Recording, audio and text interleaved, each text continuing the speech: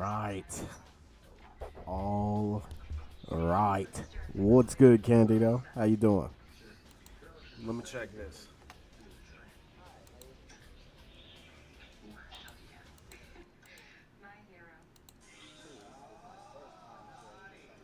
These tech updates with you all. So I'm feeling a bit nervous, but also really excited. I'm here to listen to your feedback and open up more direct communication. So together, we can deliver an even better experience in Marvel Rivals. We know there's been a lot of discussion in the community about issues like stuttering, performance, and stability. We take this feedback very seriously, and our team has been working non-stop to improve these areas, so everyone can enjoy smoother, more immersive gameplay.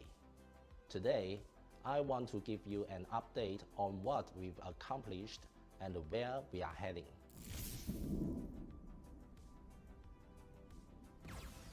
Starters during intense battles can really break the flow of the game. So from day one, we focus on tackling these head-on. First, there's shader compilation and loading. Due to the shader caching mechanisms in modern graphics APIs, compiling and loading shaders during gameplay can cause frequent stutters, especially in your first few matches after a game or driver update. At first, we tried loading all shaders up front, but that just led to higher memory usage and longer startup times. So, we redesigned our approach. Now, we only preload the most frequently used shaders and keep them in memory, prioritizing smooth combat. This change reduced both memory usage and average startup time by 40%. Then, there's complex ability logic. When teamfights break out and abilities are flying everywhere, the CPU can get overloaded in an instant. Using our engine's performance profiling tools, we've checked down more than 200 performance hotspots and optimized them with techniques like spreading logic across frames, batching calculations, and parallel processing. We are also developing new detection methods to catch starter issues in real battles.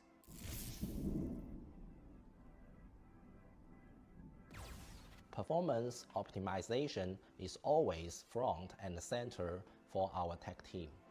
Here's what we've done so far. We launched a performance testing tool for PC in Season 3. You will find it in your display settings. A standardized test scenario has been developed by simulating real combat scenarios and incorporating in-game performance hotspots. It checks CPU, GPU, memory, and network latency, helping you pinpoint bottlenecks and recommending the most suitable settings for your device. So you can get higher, more stable frame rates. Results are saved, so you can compare before and after changes. We've increased parallelism. To fully tap into modern hardware, it's crucial to maximize CPU multi-core power. We refactored core game logic for multi-threading, drastically increasing parallel processing and cutting down CPU wait times. Our standard tests show this brings up a 30% average frame rate boost, and these optimizations are already rolling out in-game. We've brought Marvel Rivals to PlayStation 4. Since the PS4's hardware falls below our minimal PC specs, we had to delve deeper, optimizing and delivering notable improvements to game logic, rendering, and memory management. These enhancements will also benefit PC and current console platforms in Season 4.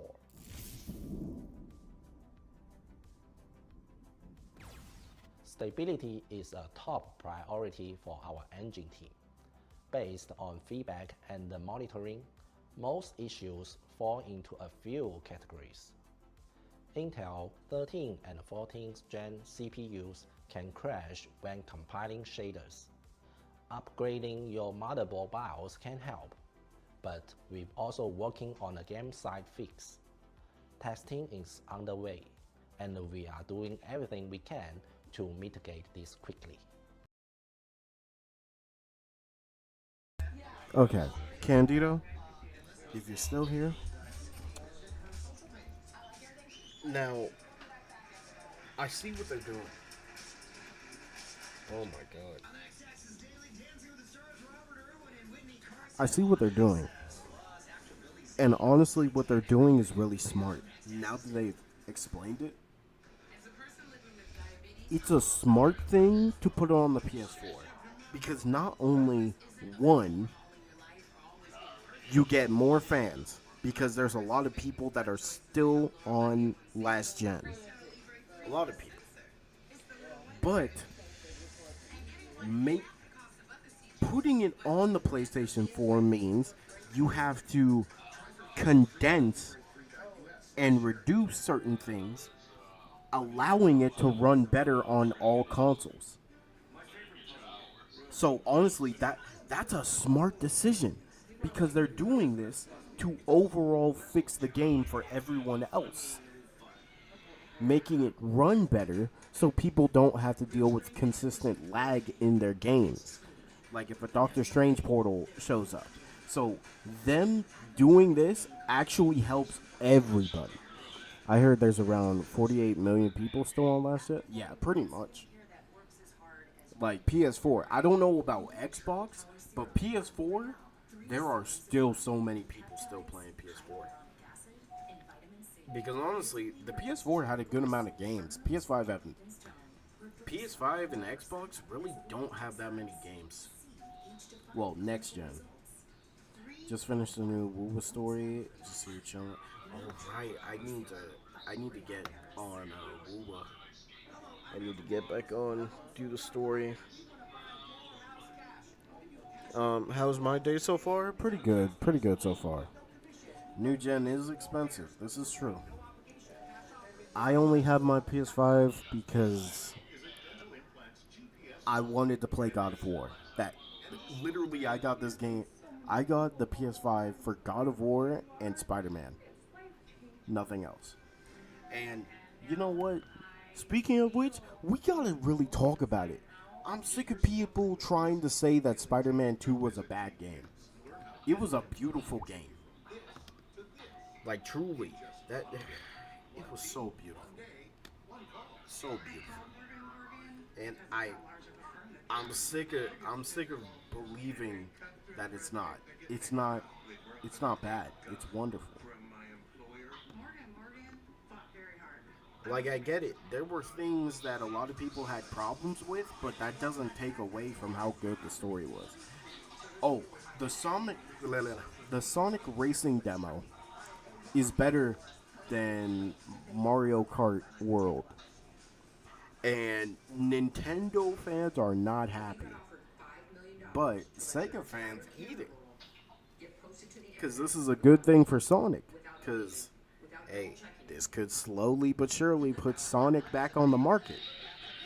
Really. I mean, we know Sonic is on the market always. But this is going to put him on the racing market for real. Let's continue, though. Let's continue. GPU crashes remain a big challenge. The causes are complex and hard to debug, but we've set up lots of test machines running non-stop, swapping drivers and using third-party debugging tools. Most crash-related problems have now been fixed. The huge variety of PC hardware and software is also a major factor when it comes to stability.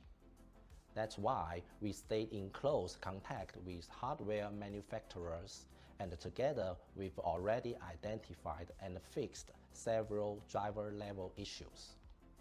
This kind of collaboration will continue on an ongoing basis. Stability has a huge impact on your overall game experience. Since launch, thanks to ongoing fixes, we've managed to cut crash reports by more than half. Our core engine team is always on high alert for any crash or abnormality. We jumped in right away to investigate and push out fixes as quick as possible. Beyond these areas, our programming team is also making progress on rendering effects, network latency, logging issues, and other areas. Whenever we hit a new milestone, I will be sure to share updates in future dev diaries.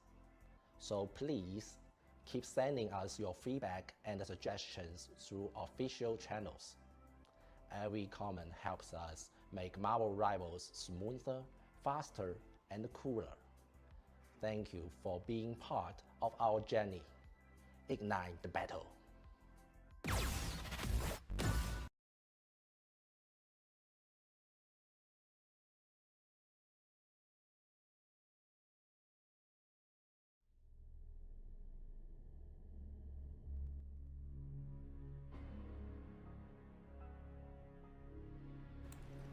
Okay. Yeah, this is really good though, Candido. And again, I'm taking off the glasses just so you'll know. This is good for Rivals because this means that they're optimizing the game to be more condensed, so they have so everybody overall deals with less issues. So really, when you look at it, this is overall a great thing to put it on last gen consoles. And this is going to help optimization to the fullest, truly. Because optimizing it for and next, well, old optimizing it for an old gen console means that the new gen consoles will get that too, which also means slowly but surely everybody's going to enjoy Marvel Rivals, and they're slowly going to fix it. Now, the only thing we need is for them to add more healers and tanks. Well, more healers, honestly. Now, Elijah. We gotta talk about. Oh, there's two things I actually do want to talk about. One of them, my brother and I, we were talking about the Power World Nintendo thing. And I wanted to talk about the Nintendo Switch 2, which people are now returning, which is crazy. And also, Nintendo made their own Power World. And they thought they were slick. Like, if anybody watched the Nintendo Direct was a lot of BS. But there were some hype things. I won't lie. There were a couple like hype things. And that also means that Nintendo isn't showing like their big important games for a reason. And I think for a good reason. Like, for example, Metro Prime 4. Oh yeah, that's going to be a hit for sure. But Nintendo fans, you all are stupid. You want to know why? Because you let them get away with the pricing. And now, because of Nintendo's greed and you guys being dumbasses, being like, "Oh yeah, I gotta play this game." Look, honestly, I'm also say I'm not blaming myself for Nintendo. I'm blaming myself for Borderlands, because I'm a person who plays every single Borderlands game, regardless if it's good or bad, because I want to know where the story goes. People who play Nintendo support Nintendo regardless. And now you're having withdrawals. I just want to say, what y'all are feeling is how we feel about PS5. Because Look at how long it took for next gen PS5 and Xbox to have good games. It took a while. But it's not like we didn't have good games like God of War, Spider-Man. We had good stuff coming. But Nintendo, all your good stuff is going to come at $80 or higher because y'all are stupid. And I have to say, I'm saying this is the nicest way possible because realize, oh, what? We're not stupid. If that's the case, y'all blindly bought these games. But did you ever think about what this could mean for the future of Nintendo? Now they see they can get away with $80 games or higher. Now Nintendo can just do this again and you dumbasses are still going to keep supporting. And you know what? Which is bad because I want to like Nintendo. Because I like to separate the artist from the art. Always separate the artist from the art. But, man, there comes a time where you can't. Nintendo's giving you art, but it costs basically half of your paycheck. Because let's be honest, some people don't get paid like that. Oh yeah, the fact that Nintendo said if you broke, buy the Switch 1. But y'all gotta also realize those games that you played on the Switch 1, you have to give them another bag to play them on the Switch 2. Like, I'm saying right now is the right time to attack Nintendo. Look, those Pokemon fans, yo, you Pokemon fans are ruining it for people who like Power World. I like Power World. It's a fun game. Say what you want. Yeah, there's similarities. But Pokemon is attacking them for a mechanic that every other game does. Capturing a creature and using them to fight. You know how many games do that?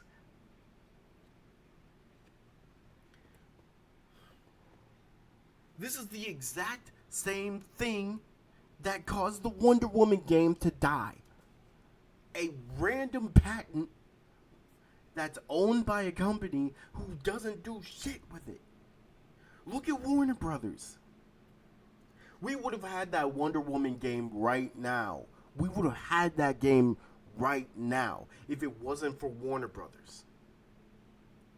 They locked the Nemesis system behind an iron fist, and nobody's gonna attack Warner Brothers. We know how much money they own, everything. But Nintendo, I'm gonna be real. We gotta attack Nintendo before Warner Brothers. Because think about it. If they 100% get away with putting this game mechanic under a patent, what's next?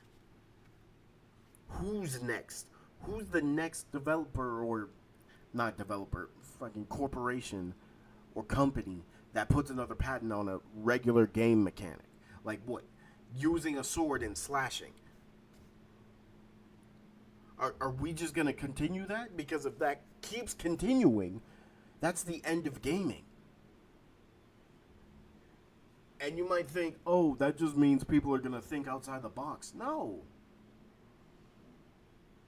This is not going to help creativity. This is hurting creativity. So, like, remember how they said if you broke, buy a Switch 1? Well, guess what? Every new main game they showed was for the Switch 2, which is crazy. Oh, hey, if you broke, buy the Switch 1. By the way, all of our new games is not on the Switch 1. Who looks dumb? Who looks dumb? Who asked for that? Not us, that's for sure. Nintendo using their money to make other things and not improve their own games. Yup. Yup. And it's only getting worse.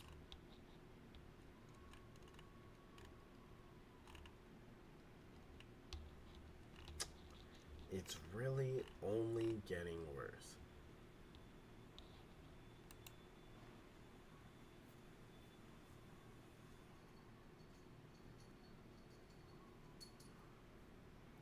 And you know what's crazy? Read my last one. Okay. Is there time for this thing to not go through? Say Nintendo changed their mind. Now, I'm gonna throw this out, Candido. I've never once seen Nintendo change their mind. Once they do a decision, they will ride or die that decision. Oh, and I'm gonna just say, Nintendo fans are the Dragon Ball fans of the video game community. It took a while for me to really think about this, but when you think about it, Nintendo fans will throw all their money to anything that Nintendo gives out. It could be a new Pokemon game that could look the same as every other, have not updated graphics, look trash, and people will spend money. Metroid Prime, Breath of the Wild, don't get me wrong, they're wonderful games, but regardless of the price, you'll throw money at it.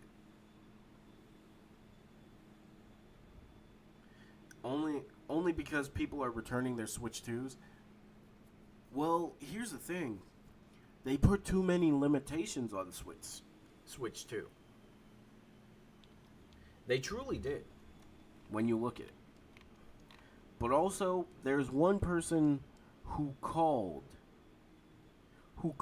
out what would happen to the Switch 2. And that was Reggie.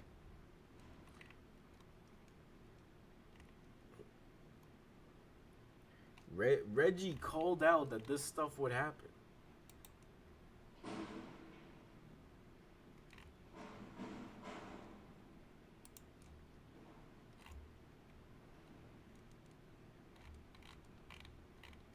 Okay.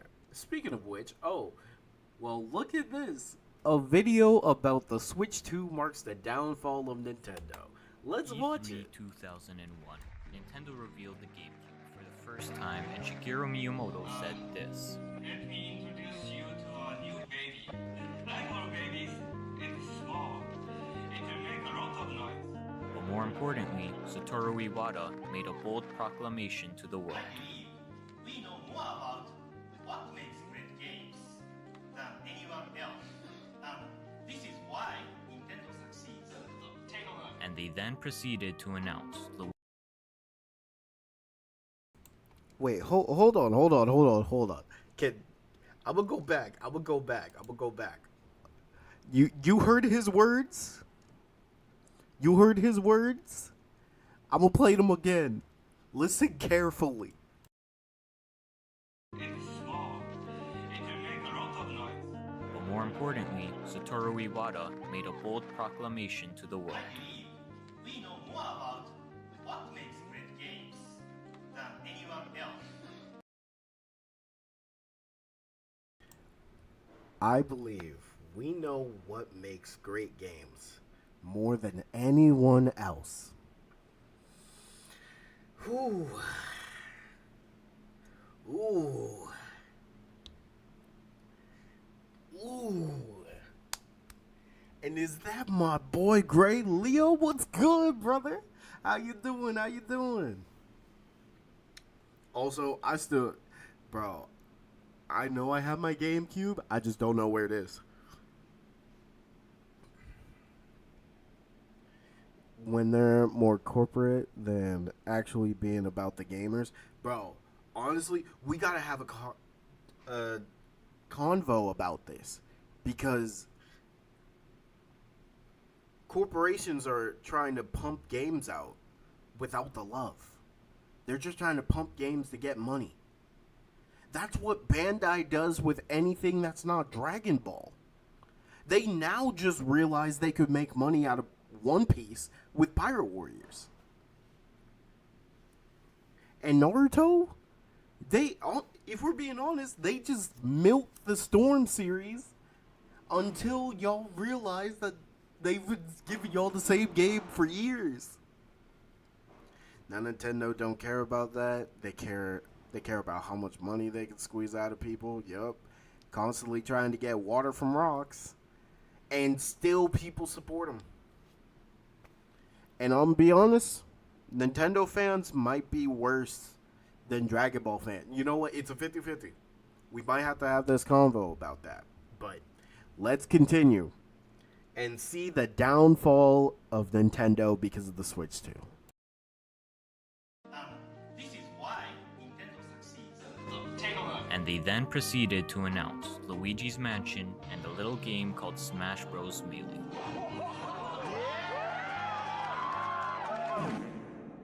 The GameCube didn't do too well. But that's not really the GameCube's fault. It was just competing against the highest selling console of all time. Yeah, I won't lie. The GameCube itself was a great console, but having to fight against the PS2 is hard. The amount of games that were on the PS2, the love that was in all those games.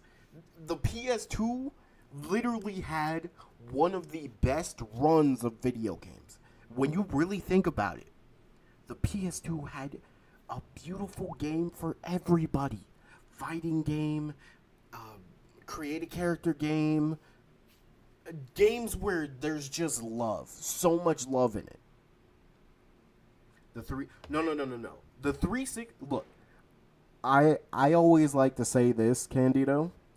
The Xbox 360, that is known for putting online gaming on the map. Truly. PS2, the PS2 had the god roll of video games. The Xbox put online gaming on the map where everybody's like, yeah, we got to jump on that. Because when you think about it, look, I used to have an Xbox, but my brother sold it.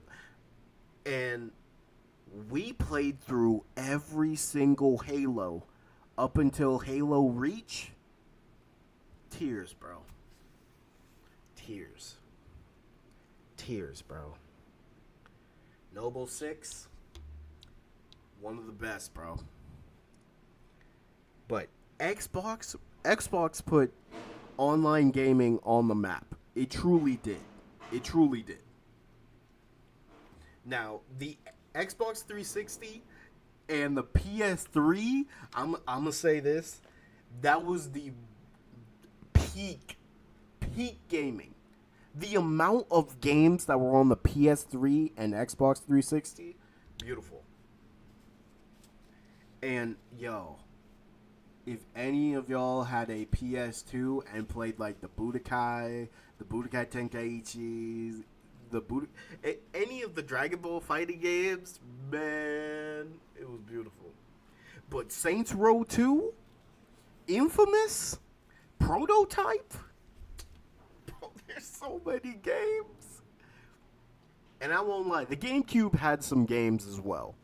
They did. Like, if we gotta keep it a beanstack, PS2, Xbox 360, and the PS3 peak gaming. Like, literally, those three peak gaming. The GameCube was big because of Smash Melee. Literally, I would even say that 22 million is just from Smash by itself. A former employee said Nintendo is no longer gamers first. I believe it. I believe it. Mario Sunshine, bro. Every time I use my GameCube, I'm pretty sure I loaded Melee all the time. Yeah. I really loaded. it, it was just such a good game. It came out at a good time too. But let's continue. Which is why, 3 years later during E3 2004, Nintendo came in with an entirely new approach to their consoles. It is different. They offered ways to play games that their competitors didn't, but being different wasn't enough. And their newly hired president of marketing not only understood the gaming industry, but also the gaming community, which is why he casually walked on stage and said, Here's a brand new Metroid game playing on Nintendo DS. The same way you'll be playing it tomorrow.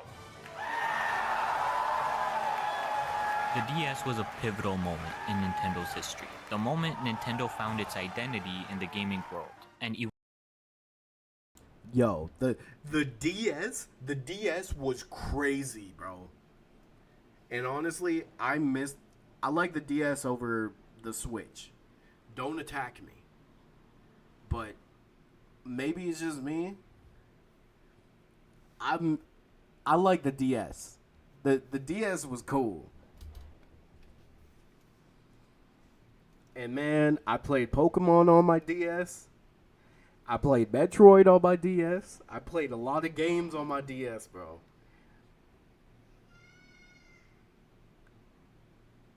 Why is there always a little kid screaming? Iwata's closing speech perfectly encapsulates Nintendo's philosophy moving forward. Better technology is good, but technology is not enough. The definition of a new machine must be different. I suppose I could give you a list of our technical specs. I believe you'd like that, but I won't for a simple reason. They really don't matter. A philosophy that's more relevant today than ever. Wait, hold on. I think I got my DS somewhere around here. Oh, yeah. Here it is. Hold on. I got to take this sticker off, though. All right.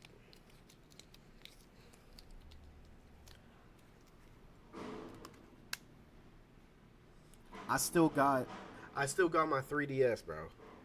I need to charge it, though. I need to charge this. But I do got my DS. What game do I have on here?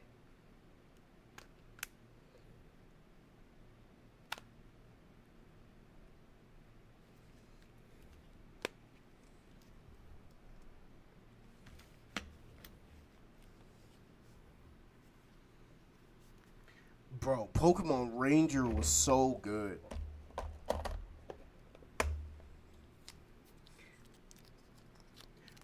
I like to. If anyone has ever played the Golden Sun games, I played those heavy, bro.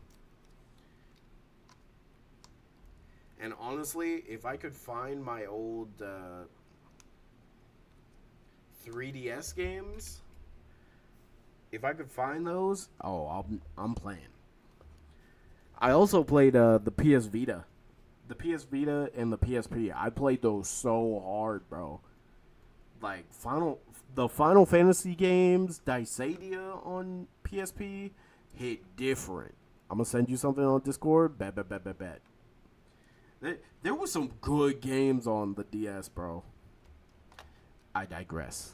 Let's continue. The time when horsepower alone made an important difference is over. Thank you very much. And I want to reiterate, Nintendo wasn't just being quirky, they were actually listening to fans and giving them what they want. Just the next year, they revealed the Nintendo Revolution, aka the Wii. And they said, it's not just backwards compatible, it's everything compatible, announcing the Virtual Console. A feature, mind you, that they removed on the Switch in favor of a paid subscription.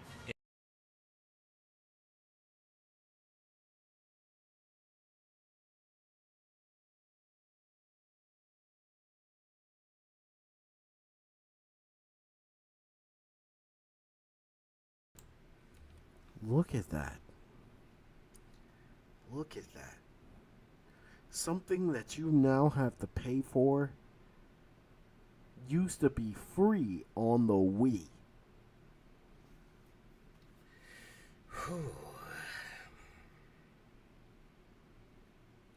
Jeez, bro. Jeez. That's wild. That's actually very wild.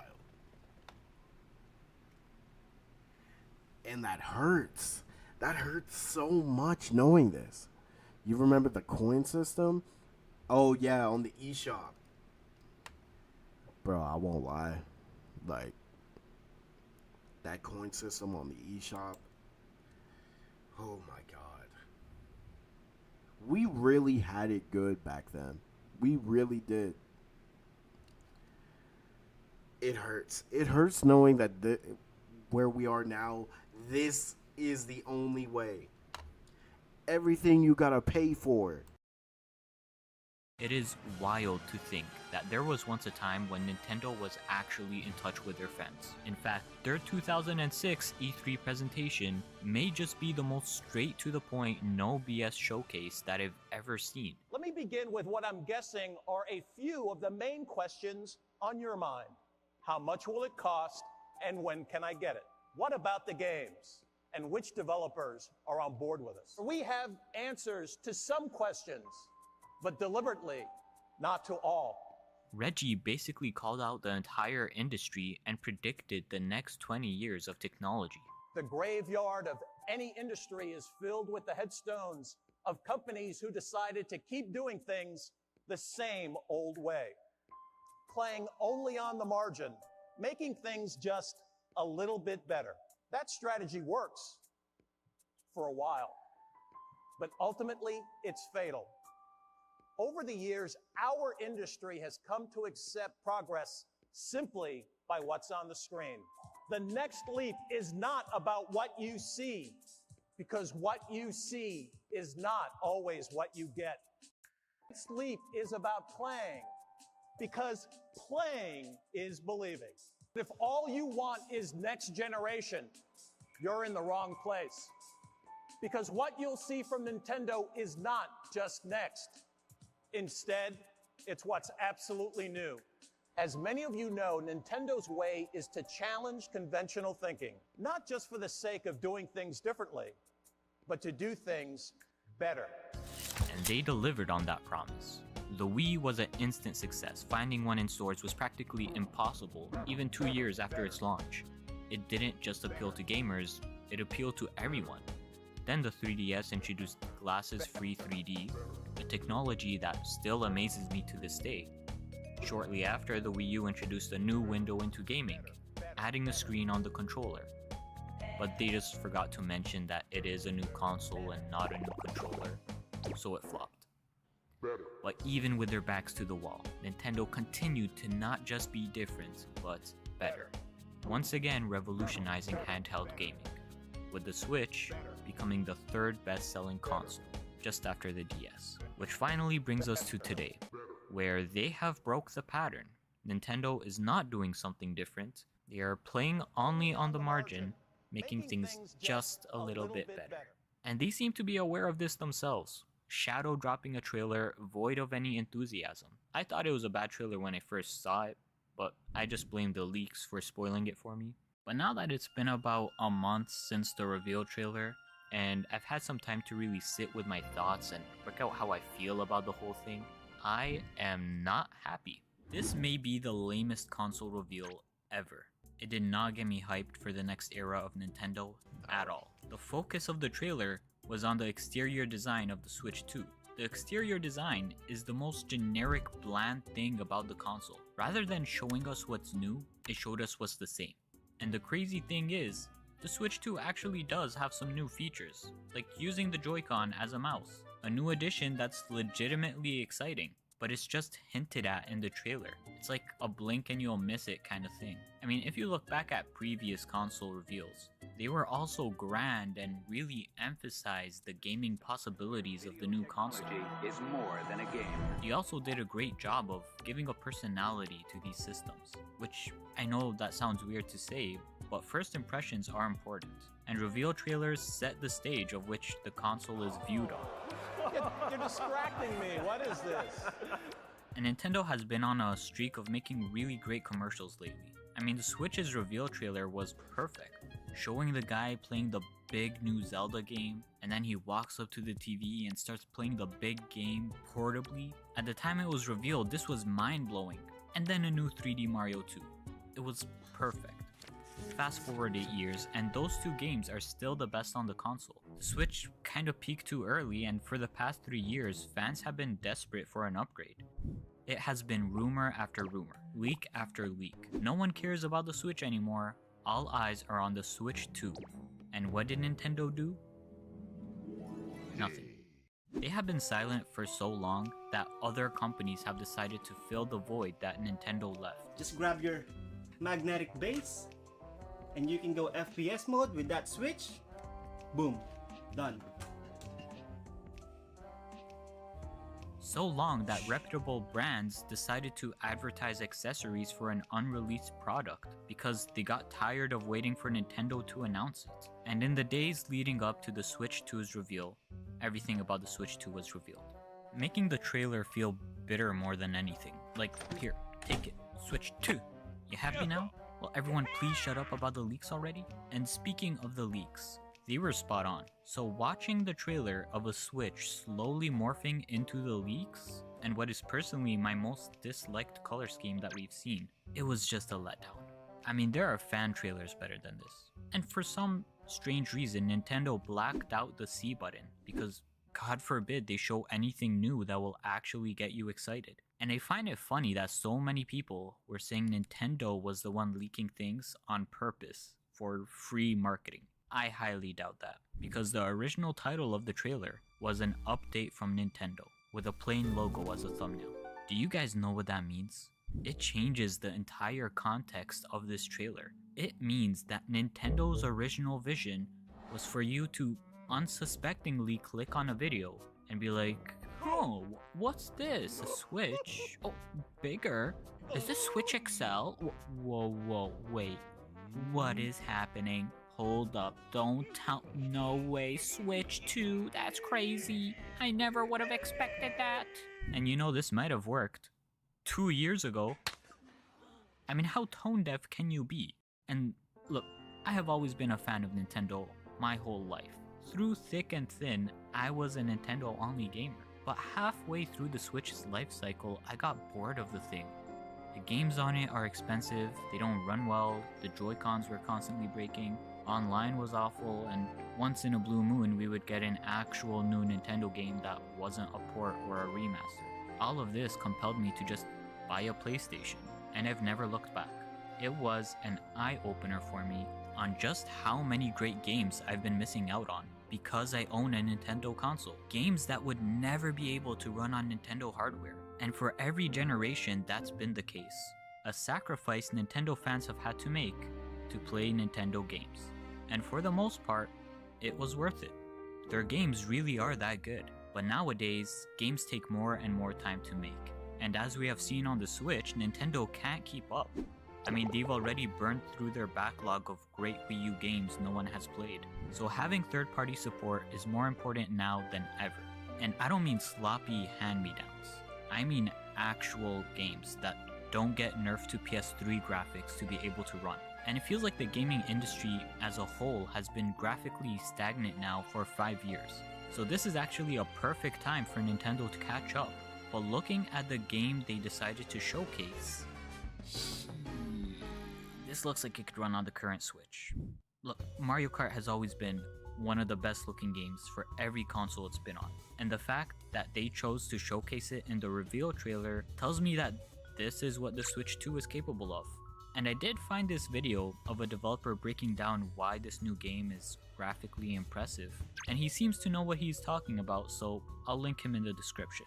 So the fact that this is using true volumetric lighting, it's very expensive. That tells me that the Switch 2 is significantly more powerful. But if we need a developer to show us why a new game on a brand new console looks good, then that means the trailer failed to do its job.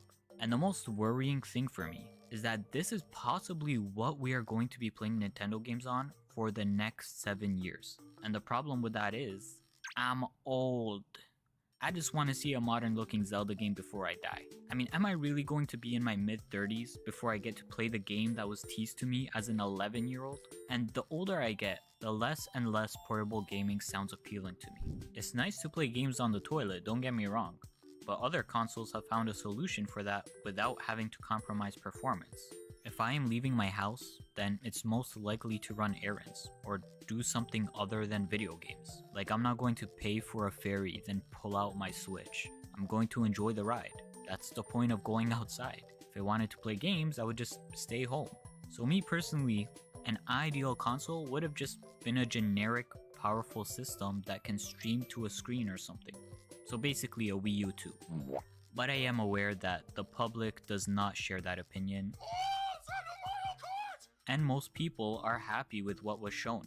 And I think Nintendo was very smart to not participate in the graphics rat race, since as we're seeing with the PS5 Pro, it's a losing battle. There are even rumors that the Switch 2 will be as powerful as a PS4, which if that is true, a PS4 in the palm of my hand sounds amazing. There are PS5 games on that thing.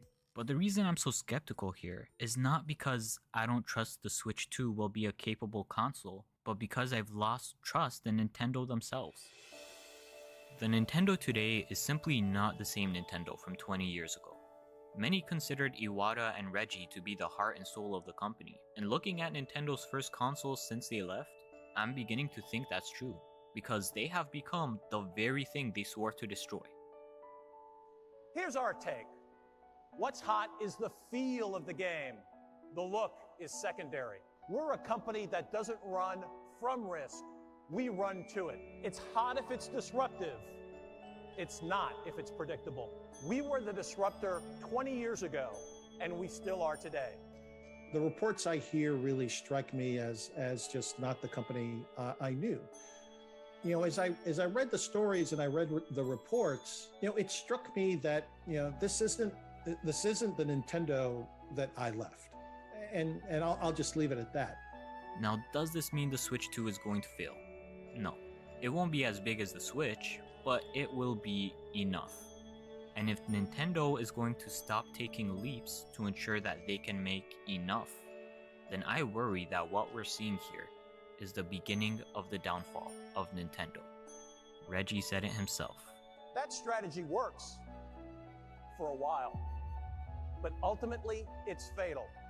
So it might not be with the Switch 2, or even the Switch 3, but maybe the 4 or 5. We are currently witnessing it happen with Microsoft and Sony.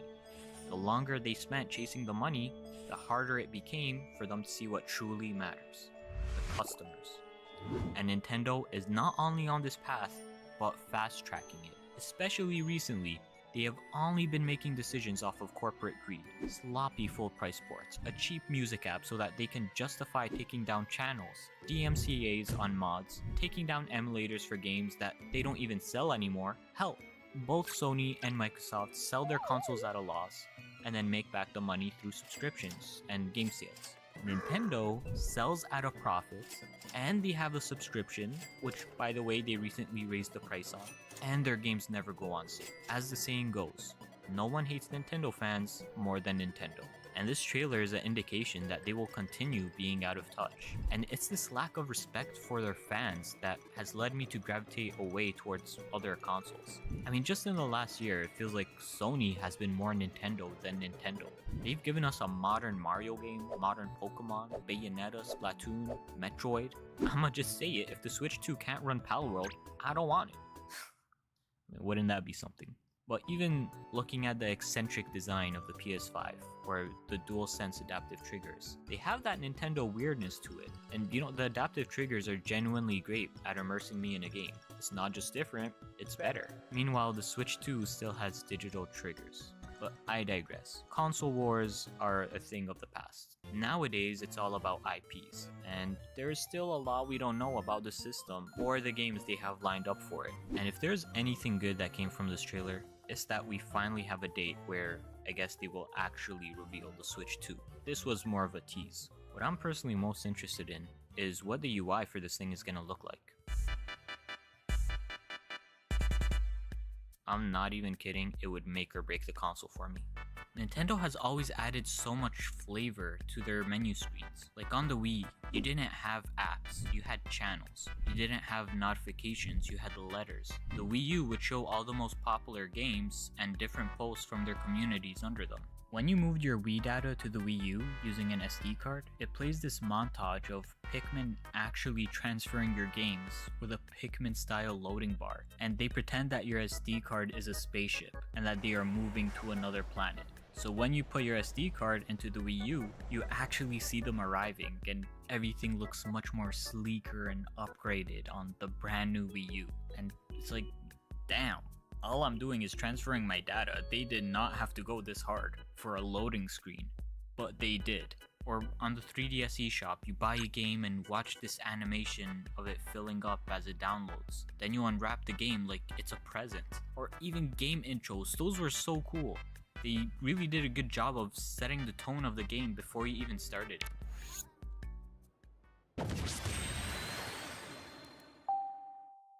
I would even settle for something like the Wii U intro screens. You start up Donkey Kong on the Switch. You get this awkward silence, just long enough for you to reflect on your life decisions. Who wants that? But when you start Donkey Kong on the Wii U, it goes...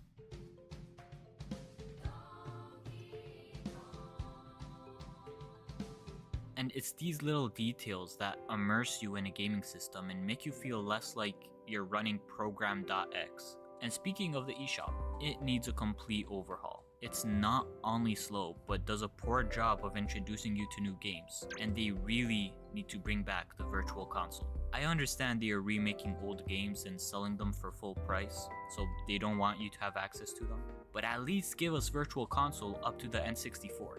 And please, Nintendo, please add some music or ambiance to the menus. Anything. I mean, people have been begging for themes for years, but all we got is black or integrated chat is another thing people have been begging for, as well as trophies, streaming services, dedicated servers, download play, maybe a free game demo would be nice. I mean, even Sony, who has also been out of touch, got that one right. I still can't believe 1-2 Switch was a full price game. Fun fact, but for the first month of owning a 3DS, I never even bought a 3DS game. I was just playing the games built into it.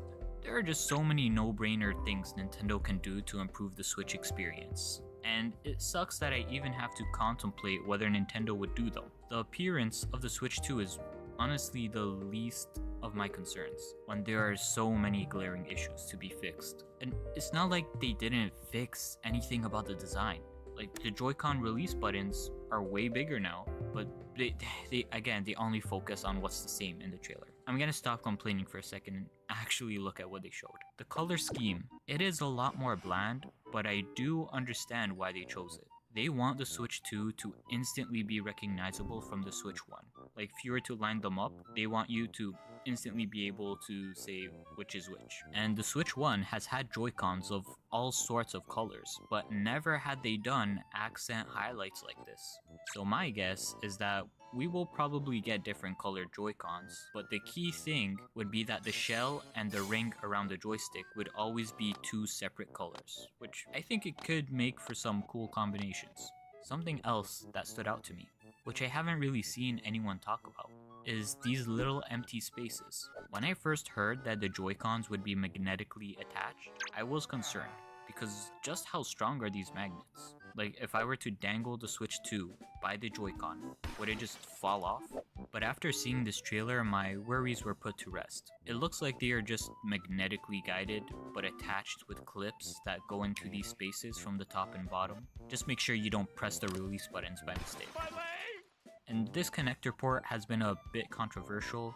Many are worried about it breaking, but if the Joy-Cons are going straight into the cutout and magnetically slap into place, then there's not really much room for error. What I'm more interested in are these mystery holes. Some people theorize it could be a microphone or an IR blaster, which does give me hope that the Pro controller will also have them. And controlling the TV was such an underrated feature from the Wii U. Also, a headphone jack on the Pro controller? That would be amazing. Nintendo doesn't have the best graphics, but I swear their music sounds like it's in 4K. Try playing Echoes of Wisdom with good headphones to know what I'm talking about. But we can only speculate, and until April 2nd, I'll be holding my breath. Oh man. You know, I was just watching that, just reminiscing on old Nintendo stuff. Also, Candido, I saw what you posted at General. Omega Ruby, Pokemon Y. I had Black and White, and I did have the 3DS Super Smash Brothers.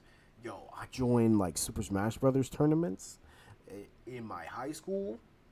Hey, I was going crazy with my Bowser and Bowser Jr.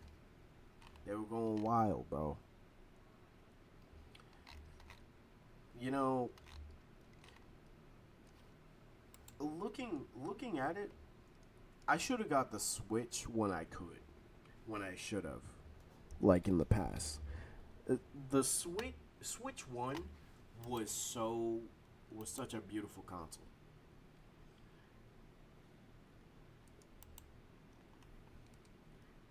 And honestly, Switch 2 is not worth it.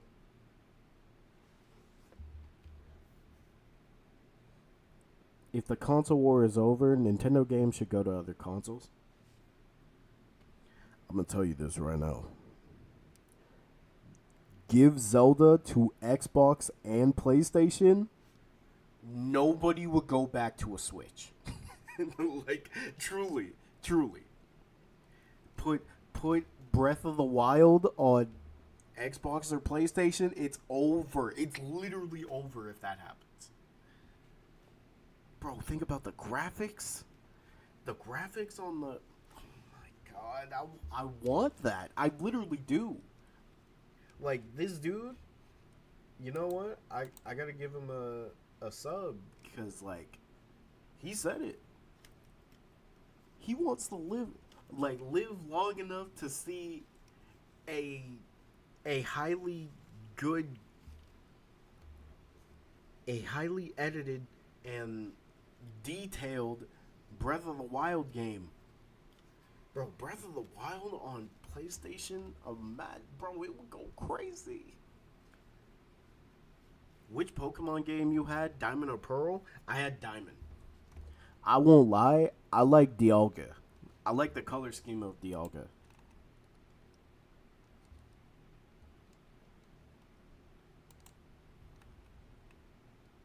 I know, they don't play nice with others, but they have our game passes? Yeah. And they can't stop it.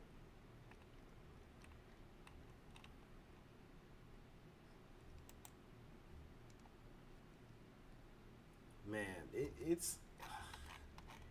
it hurts knowing that this is the future, you know? It hurts knowing this is the future of, like, gaming. Because now whatever dumb thing Nintendo does, other companies can follow. And it's scary. It's scary, bro.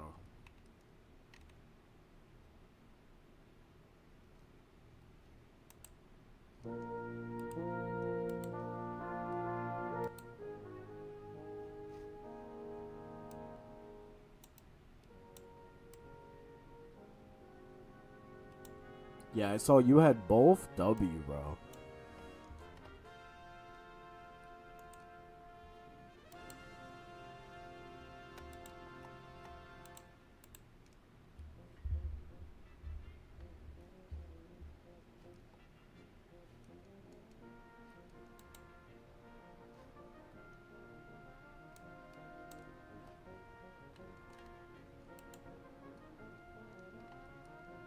Nobody hates Nintendo fans more than Nintendo.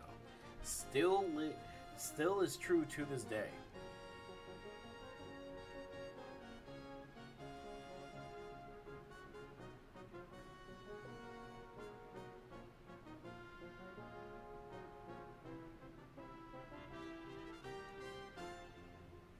Oh yeah, game key cards?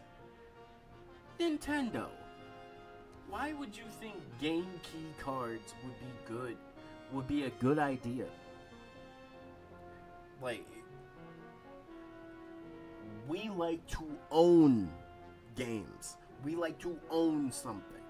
Like people like to own like to know they own a house, they own a car, they own something they pay money for that is theirs.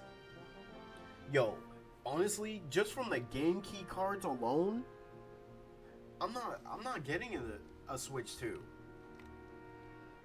High key, I would spend money to get a Switch. I want a console version of Smash Bros. Bro, console version of Smash Bros. And Pokemon? I mean, actually, we see with Power World, like literally Power World alone shows that it would be a grand hit on consoles. Because look at how much Power World got.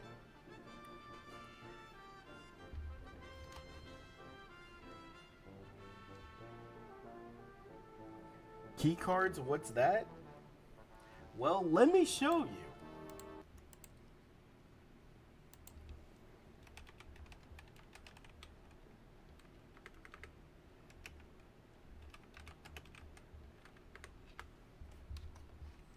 Let me show you. Shout out to Young Ye. Game key cards continue to be one of the most controversial topics this year in the gaming sector. It is essentially physical media. I'll be that's right not back. Really physical media. It's physical media with none of the benefits of physical media. As explained right here on Nintendo's official website, it is essentially a cartridge that serves as a key to access data that you have downloaded. It's not that the data is inside the actual cartridge, but rather you still have to download the full game digitally. The card just acts as a means to actually access the downloaded software. So it's just more inconvenient digital downloads is effectively what this is. And one other area, aside from the inconvenience of that, where this negatively impacts customers is in the inability for customers to be able to keep their games forever, because if servers go down for the services from which you download your games from, then that game key card is worth nothing. And even if it happens decades down the line, it will happen eventually. And then just the general lack of games preservation for the ones that do release exclusively on a game key card. I mean, we've already seen research about the lack of preservation efforts and how that's led to, freaking 87% of classic video games disappearing, missing, and just totally disappearing from the face of the planet because there's just no preservation efforts surrounding them. This was back in 2023. That number has likely grown since. And so this is a topic that has come up a lot, especially because, people were really pleased to hear that Nintendo Switch 2 would still be using cartridges. But then with this new game key card format, people are realizing that, it's almost like a red herring. Nintendo is clearly trying to follow other companies into that digital future, when once upon a time, especially with the Switch 1, it felt like Nintendo, at least with game cartridges, they were, with that format, one of the last bastions of true physical media that houses all of the game content inside that card. While Nintendo itself is releasing their games fully on proper physical media, it is giving third-party entities an excuse to essentially forego that true physical media route. And I feel like with every passing week, month, we learn new ways in which why game key cards are far from ideal. And the latest on that front concerns Japan's National Diet Library. For those who don't know, Japan mandates that media has to be preserved if they can be preserved. The National Diet Library, as highlighted by news outlet Automaton right here, the National Diet Library, or NDL, is one of the largest libraries in the world, and it's also Japan's only legal deposit library. It mandates domestic publishers to submit copies of all new publications for collection and preservation purposes. So there's a legal mandate, but game key cards essentially can circumvent that legal mandate to preserve media. Basically, it comes down to game key cards not being eligible for preservation because they can only preserve what's housed within physical media, but game key cards, while it is a physical thing you can carry around, doesn't actually have the game data in it. And so for the National Diet Library, that physical media is practically useless for them. It offers no means of preservation. When Automaton reached out to the NDL for comment about this, here's what a representative had to say. Only physical media that contains the content itself is considered eligible for preservation, since a keycard on its own does not qualify as content. it falls outside of our scope for collection and preservation. I mean, this is something that we all knew. It's just we're seeing official organizations that are in charge of legally preserving media that is housed physically, just straight up confirming what we already knew and all coming up to the same conclusion that game key cards for preservation, for collecting, and for just actually featuring content that is accessible is practically useless. It's just digital media without the convenience of you being able to just carry around all of your games in one package, having to carry around cartridges instead. It is just ecologically worse digital downloads, digital media. Due to the nature of game key cards, the NDL is essentially treating game key cards as digital only releases because that's precisely what they are. It's just a digital only release with an extra step to be able to access them. And there's an organization that started to preserve video games as far back as 2000, or specifically October of 2000. That's Okay. So that is the Nintendo game key card. Yeah, they increased the price too.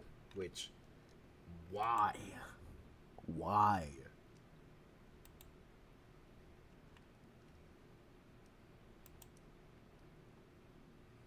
But, you know, on the topic of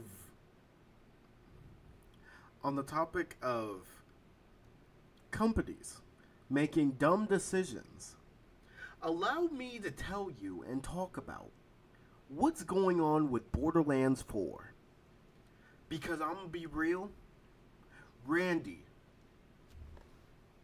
Hold on. Stop talking. Please. Now, you might be wondering, why did I say that? Well, shout out to Young Ye once again, because we got 2 videos to see because of Randy's dumb ass. There's no worse influence to the Borderlands series than Randy Pitchford, the head of Borderlands, because of his inability to just stay quiet.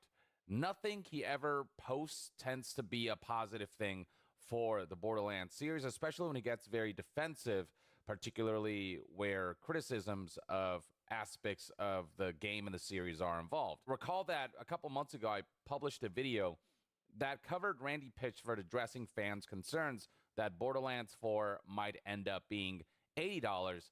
And Randy Pitchford's response to those concerns was, well, if you're a real fan, you'll find a way to make it happen. If you're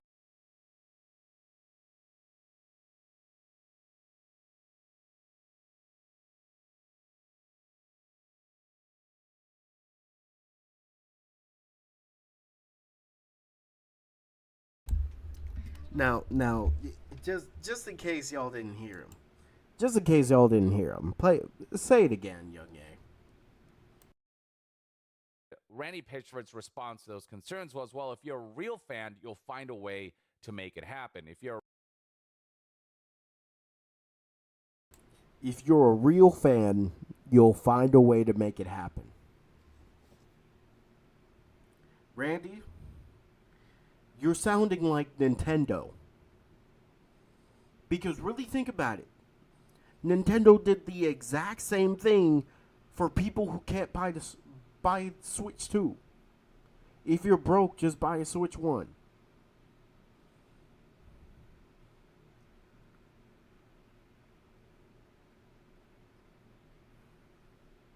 Now, what you're seeing right here was before the game even released.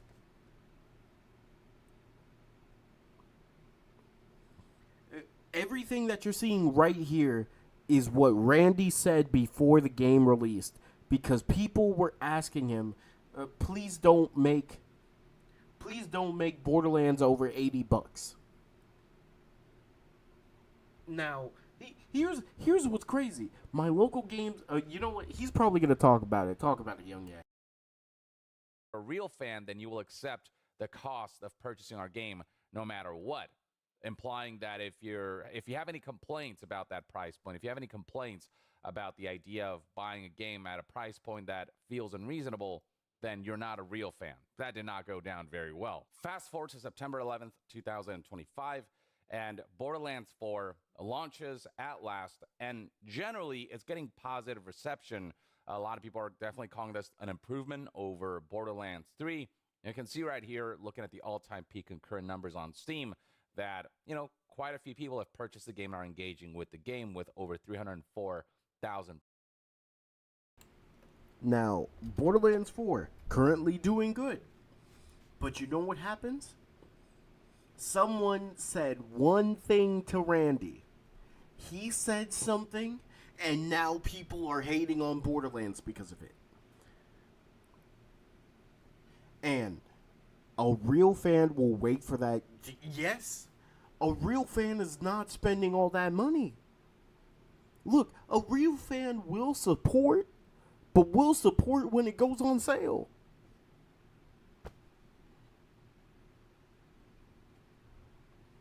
And especially what me, Dark Shinobi, Bull, what we all did was wait until the last minute to pre-order. And why? It's because we waited until okay, it's a couple days before it actually launches. We all did our pre-orders right like a month before it launched, or just a couple weeks before it launched. Which means we really didn't have to wait that long. We just saved money. A real fan's waiting. We're not spending our money right then and there. But continue, so y'all can hear how dumb this man is.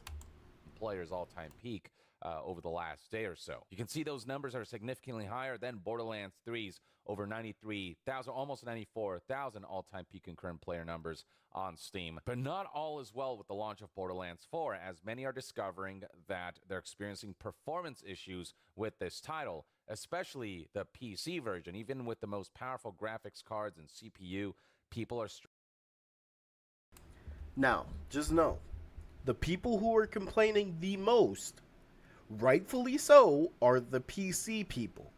Because a lot of people on PC, they have good CPUs and everything. Me, I have a decent one. It just runs almost everything.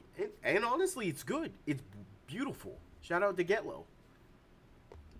Now, let me show you. He's going to talk about it, but Candido, Elijah, get ready for Randy Pitchford at his finest, which means at his dumbest. And honestly, you could even take Randy Pitchford out the picture and put the word Nintendo wherever Randy Pitchford is, and it would literally make sense. It would literally make sense. Continue. struggling to get consistent frame rates at 4K resolution. And Borderlands 4 is not a game that, when you look at it, it screams, the most graphically demanding game of all time. And there are plenty of games that look better, that run better. So that's been an area that has resulted in user scores dipping quite significantly. While critic reviews are still generally favorable, the criticisms surrounding the game's performance are pretty widespread. And that's why even on Steam, you'll find that if you look at the review score here from over almost 17,000 user reviews, you'll find a mixed score of 67%. And scrolling down, you'll find a lot of people complaining about just how poorly this game seems to have been optimized for PC, and the fact that performance is just nowhere near where it should be. There's a good game here, but those technical issues are really just getting in the way. And multiple news outlets are reporting on this as well. Here we have Tom'sHardware.com saying Borderlands 4 on PC is crushing even the most powerful rigs. RTX 5090 struggles in some scenarios, but Day One patch solves plenty of issues, claims this website, but not all issues, as even post-patch, there are tons of performance issue reports. Right here we have PC Gamers saying that I've tested Borderlands 4 on a minimum spec PC and a monster RTX 5090 rig, and it runs just as Borderlands at launch as you'd expect. Citing myriad technical issues in the form of stutters and disappointing frame rates, that is not ideal for a first-person shooter experience where smooth gameplay and responsive controls is paramount for a game like this, where, you know, those reflexes and that level of accuracy and responsiveness yields better gameplay. Now, Randy Pitchford has been trying to respond to all those criticisms, but he has not been doing so in the most graceful manner, with headlines highlighting how Randy Pitchford basically snapped back at Borderlands 4 criticisms, him saying things like, hey, well, you code your own engine.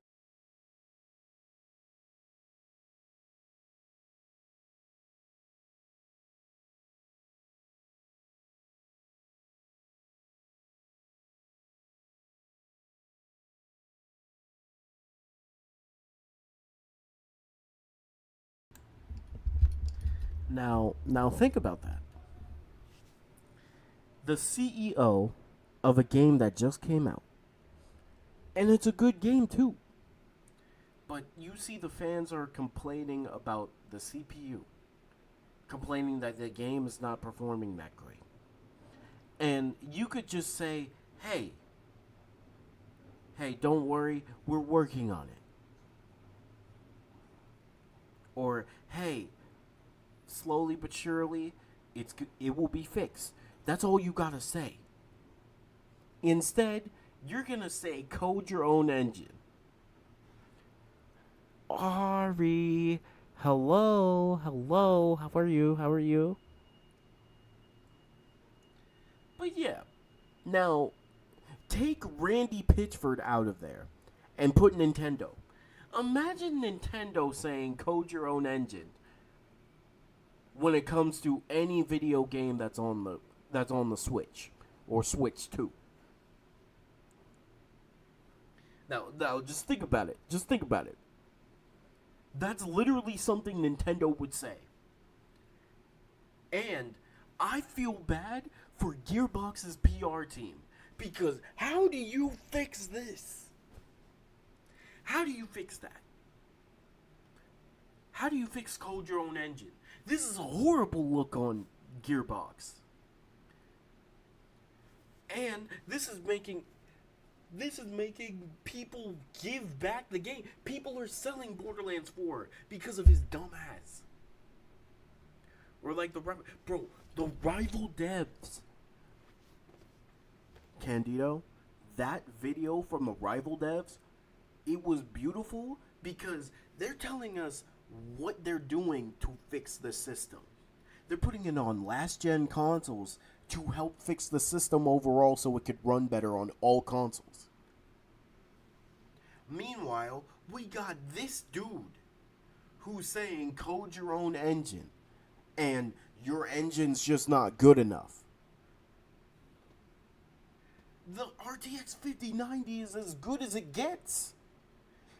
You could run anything on that. And you're telling me that you can't fix Borderlands for that?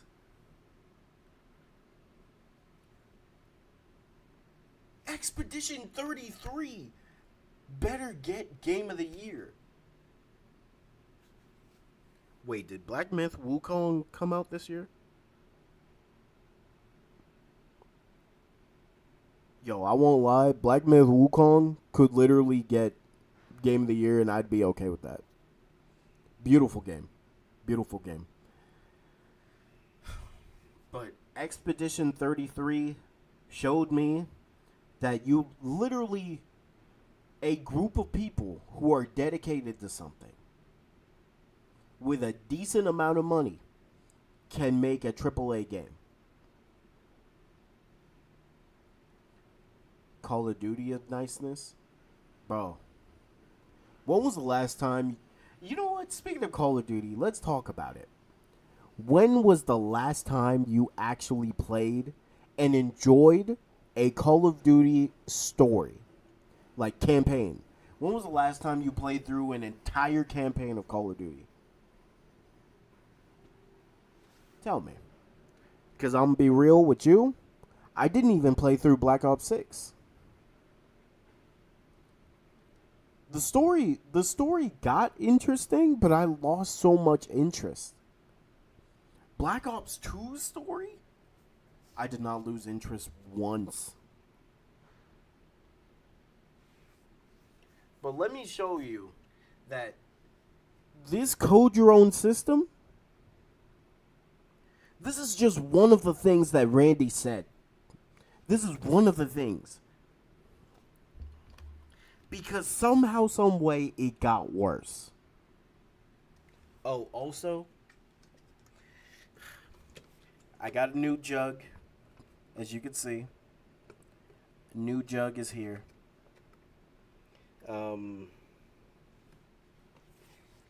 The other jug, unfortunately, it will be going away. So, it's sad, but it has to happen. Now let's continue. Instead of acknowledging that they messed up by shipping the game in a technically underbaked state, here's another report from Tech Radar highlighting how Randy Pitchford has blamed people's old PC hardware for the game's poor performance, even if it struggles to run on.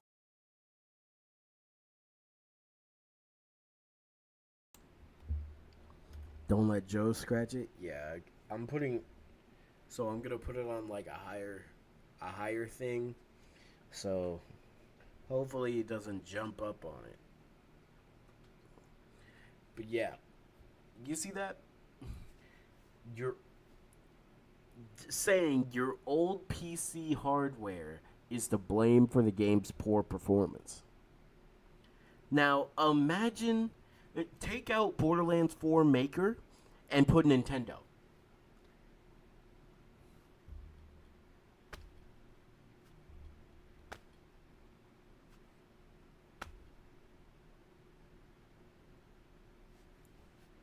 Randy, stop talking.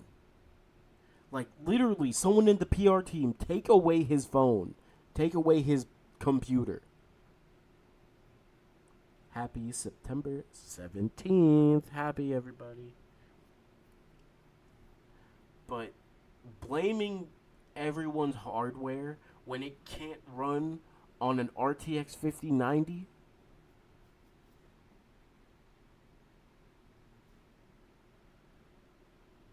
Gearbox? Somebody has to take over for the Gearbox PR team. Because how are y'all letting him still talk? Like, it's literally getting worse. It's literally getting worse. On an RTX 5090, which is like the most powerful graphics card out there right now. PC Gamer highlighted how Randy Pitchford pitched Borderlands 4 as a premium game for premium gamers, for those who are struggling to run this game at, premium performance, even when the most premium of PCs are struggling to run the title, and just straight up deluding himself by saying that the game is pretty damn optimal. Or as a premium. This is another thing he said. Nintendo will sue you for making a Zelda game run better. You know what's sad? I see that happening. Now, Candido, Elijah, look at what he says. If you're trying to drive a monster truck with a leaf blower's motor, you're going to be disappointed. But that leaf blower's motor is one of the best motors in the world that could run anything.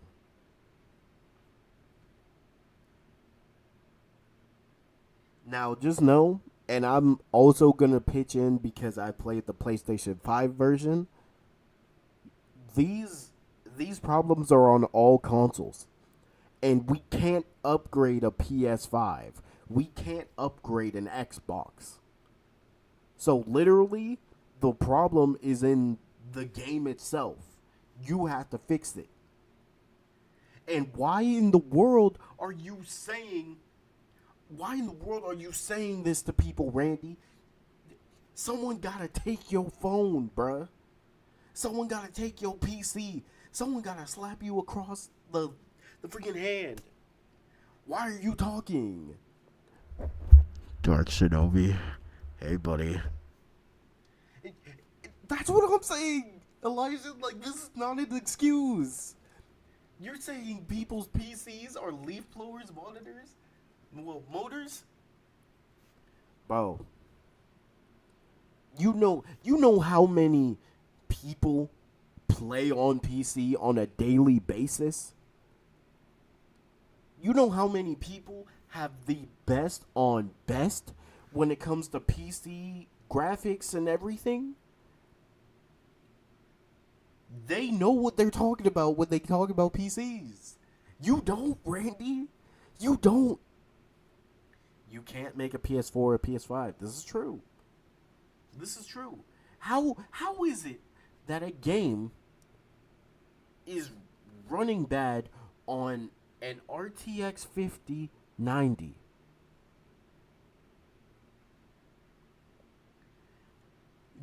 Like, if a game is making a high quality PC into a PS4, there's a problem.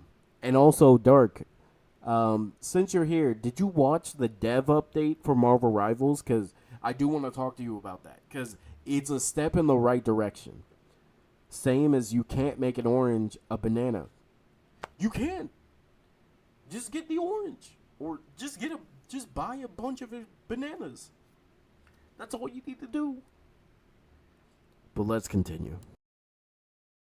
Premium game for premium gamers, for those who are struggling to run this game at, premium performance, even when the most premium of PCs are struggling to run the title, and just straight up deluding himself by saying that the game is pretty damn optimal, that the game is successful at what it aims to do as far as performance is concerned, which is just not true. You'll find all of this if you go to Randy Pitchford's Twitter page or X page right now. Right here we have one of the first posts that he made about the performance issues that people have been talking about. Right here, he tries to convince everyone that even on older hardware, you can run this game very smoothly, saying right here that we had some customer support work prove that through settings tweaks only, we're able to climb up to 120 frames per second, plus on PC in Borderlands 4 with 3- and 4-year-old hardware.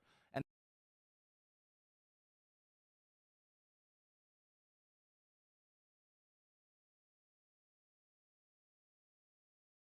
Dev update?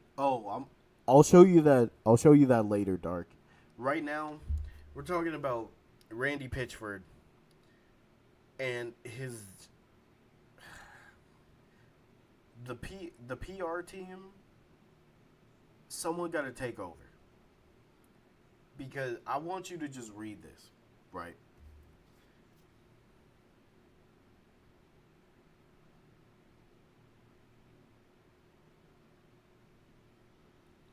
Now, I might not know a lot about PCs, but I know the RTX 5090 can run anything. I know it can run anything. And the fact that Borderlands 4 is not running on that, if Borderlands 4 can't run on that, then literally there's something wrong with the game. And that's just obvious. Don't let... Need a nude code system? He needs to stop. And just take a second and read that, bro. Like, there's so much. You could go on his Twitter page and just read the amount of dumb shit he's been saying. It gets worse. Somehow. I don't understand how this gets worse. All you need to do is saying we're going to look into it and we'll fix it. That's all you need to do. That's all you need to say. Keep it moving.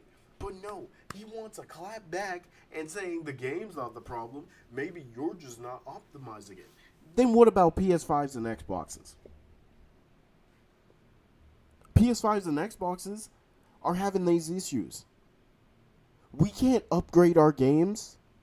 Well, we can't upgrade our system. You gotta fix it. This is why I appreciate Marvel Rivals for what they said. And now I understand why they're putting it on the PS4. But, alright, let's keep going. And then he highlights right here how you can modify some of the settings and, what you can do here to try to make the game run smoother. But a lot of people who've been trying to run this game on even really powerful PCs are going, what do you mean 3- to 4-year-old hardware running this game smoothly when even my most modern, up-to-date, top specs hardware isn't able to run this game as smoothly as it should be able to run. So right here we have Ranting Monkey saying, what 3 and 4-year-old hardware? What were the specs? It's great you're offering help. Would have been better to build it for the most common hardware in the first place. To which Randy Pitchford responded incredibly defensively by saying, the minimum and recommended specs are published. The most common hardware is a 4-year-old cell phone. Borderlands 4 is a premium game made for premium gamers. Just as Borderlands 4 cannot run on the PlayStation 4, it cannot be expected to run on too old PC hardware. Except again, it's not just on significantly older hardware where Borderlands 4 struggles to run smoothly, it's also on the most modern, most top-of-the-line hardware. It's already bad enough that he's saying that Borderlands 4 is a premium game made for premium gamers, as if you have to achieve a certain status to be able to play this high-status game. But the fact that even the highest status of premium gamers aren't able to run this game smoothly, it goes to highlight that this is a major issue, not just for the peasants of gaming, but also for the folks who can afford the luxury of the highest end PCs. Instead of just apologizing and getting to work, he's been putting out defensive statements like that, combined with just like recommending settings, tweaks, and providing guides of other people solving the issue for Randy Pitchford and team, which just isn't a good look. And so yeah, Randy Pitchford has been getting ratioed left and right. So this post right here where he calls people who want to run their games at 4K stubborn, you can see there are far more replies than there are likes and retweets. And then we got this post right here where he claims that this is a premium game made for premium gamers. You can see there are more replies than likes, and people posting their specs and saying that, what about my specs that are pretty damn good, like a 4090, and that running at frames per second that are not adequate, that are not smooth, that dip below 60. What part of that screams premium to you? And then there are those statements that can outright be perceived as hostile, with Randy Pitchford posting stuff like this. So this is in the same thread as him talking about all of the different settings you might be able to tweak to make the game run better, and his claims that even on older hardware you can get 120 frames per second plus.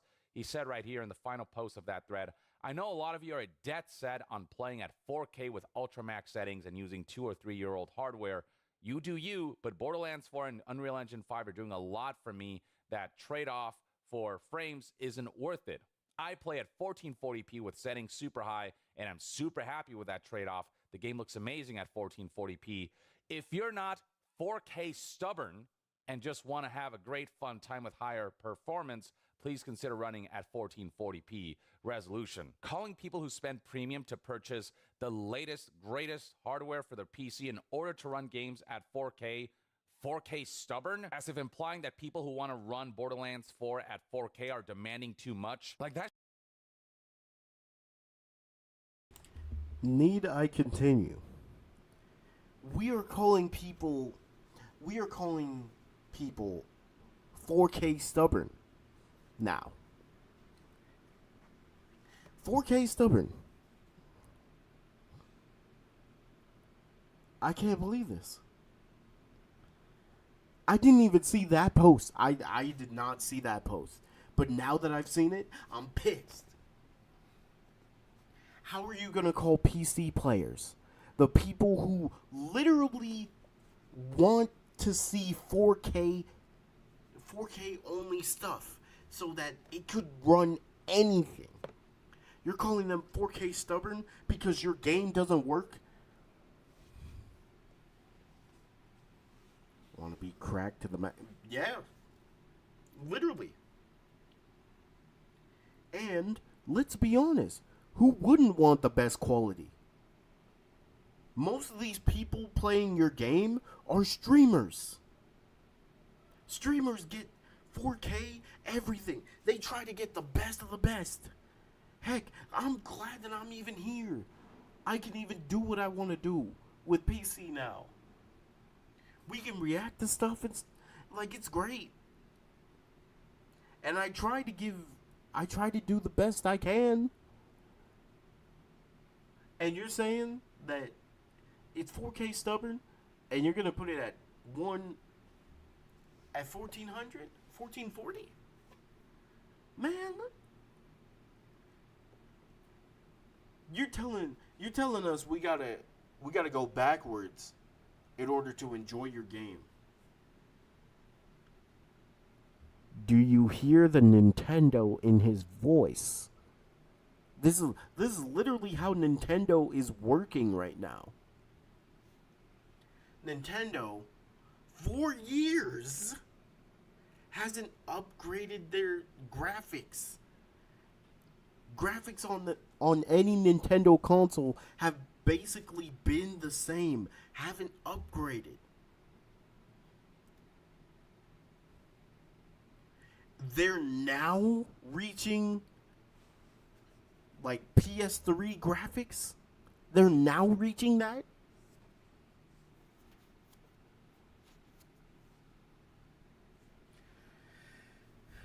When I was playing Avengers, I had a 720p TV on the original Xbox from 2013 for a game coming out in 2020. My TV almost exploded. That's how long you were playing your Xbox One? Jeez.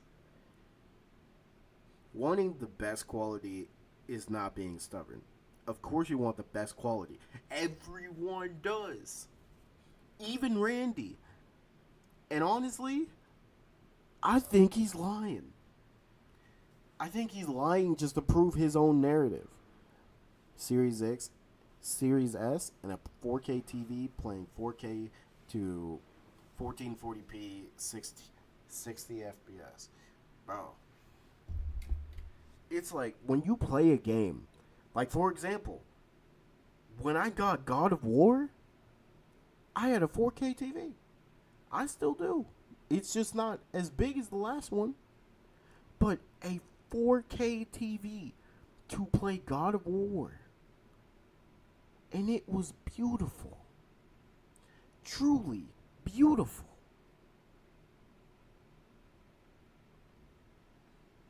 The best quality costs. That's right. It costs. But let's continue and see the more stupid stuff. And I just want to also point this out. Look at how far we are in the video. When I tell you that Randy said more stupid stuff, I'm not joking.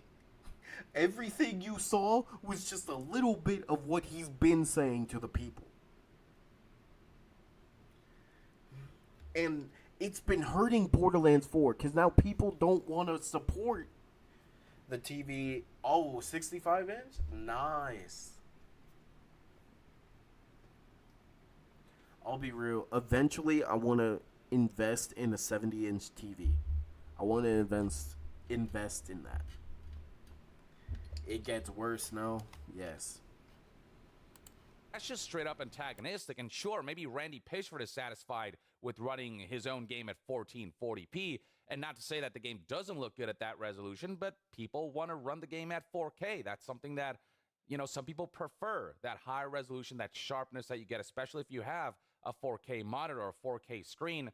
That extra resolution does sharpen things up. And really, it's something that those enthusiasts are able to tell the difference. But Randy Pitchford is treating people who want to play this game at 4K as if they're doing it wrong, or as if they're being stubborn, rather than just straight up saying that this game should be able to run at 4K. That's the expectation if you're going to charge, the premium $70 to $80 price point.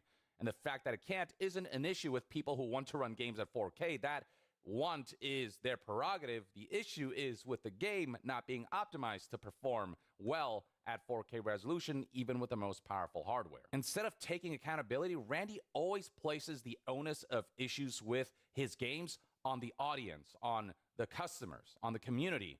If the game is deemed to be priced too highly, then it's your fault for not being a true fan. If the game doesn't run well at 4K, it's your fault for trying to run the game at 4K. It's your fault for being 4K stubborn, and not the game's fault for not being optimized well enough to be able to run at 4K resolution in a smooth frame rate and performance, even with the latest hardware. And then the most antagonistic response is when somebody replied to Randy Pitchford suggesting, AI upscaling the DLSS option by responding with, or just an idea here, make your game look good without relying on AI upscale.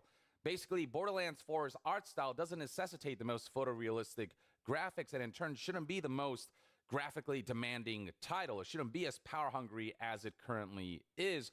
And AI upscale shouldn't be the solution to run this game smoothly at full resolution with no AI artifacting, just the best visual fidelity at high performance when compared to other games that, again, graphically push for more, but still run better somehow. Randy's response to this individual was, code your own engine and show us how it's done, please. We will be your customer when you pull it off.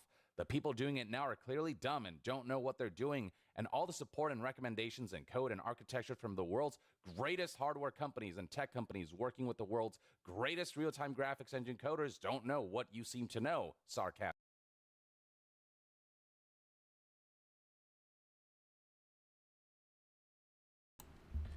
Now, what you just heard,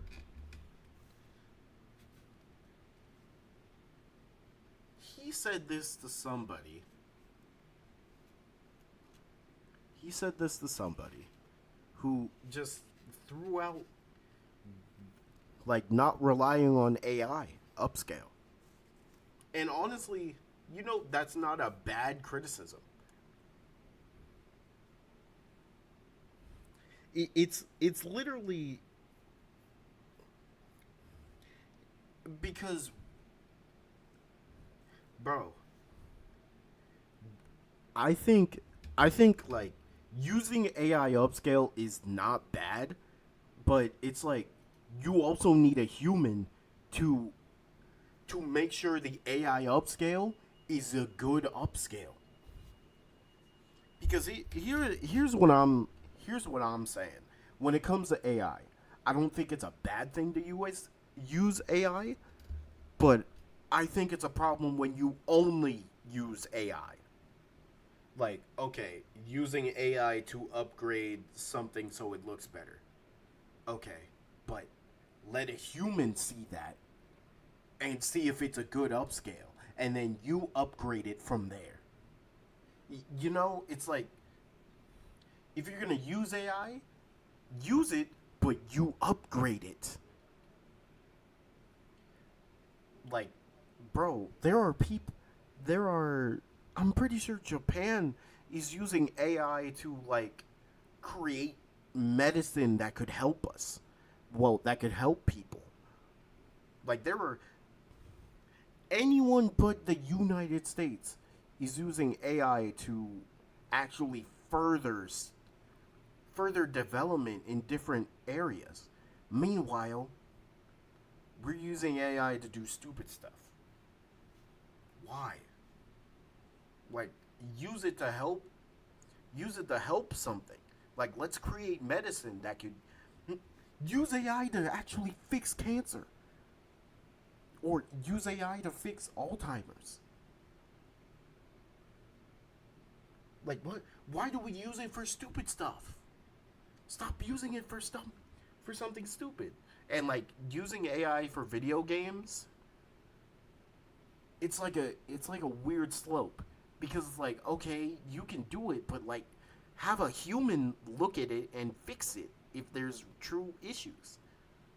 Because let's be honest, when you use AI, there will always be issues. But the fact that Randy is saying code your own engine and show us how it's done.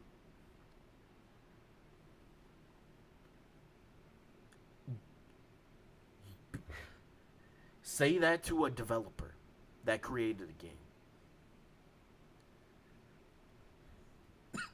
Actually, you know what, Randy? Since you said that, play Expedition 33. It might not be the same type of game as Borderlands 4, but it was made by 14 or it was made by 33 people. Expedition 33 was made by 33 people. No other companies, no corporations, no crazy tech companies, no hardware companies, made by 33 people. And let's see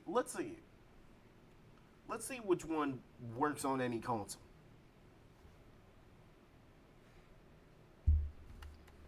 But I digress. Because It gets worse. Just an incredibly petulant way to respond because the customers are the ones paying you money to get a product that you have the responsibility to make work at that premium price point at a certain standard. And Borderlands 4, as far as performance is concerned, just didn't meet that standard. And so it's not the job of the customer who's paying you money to be able to code this stuff.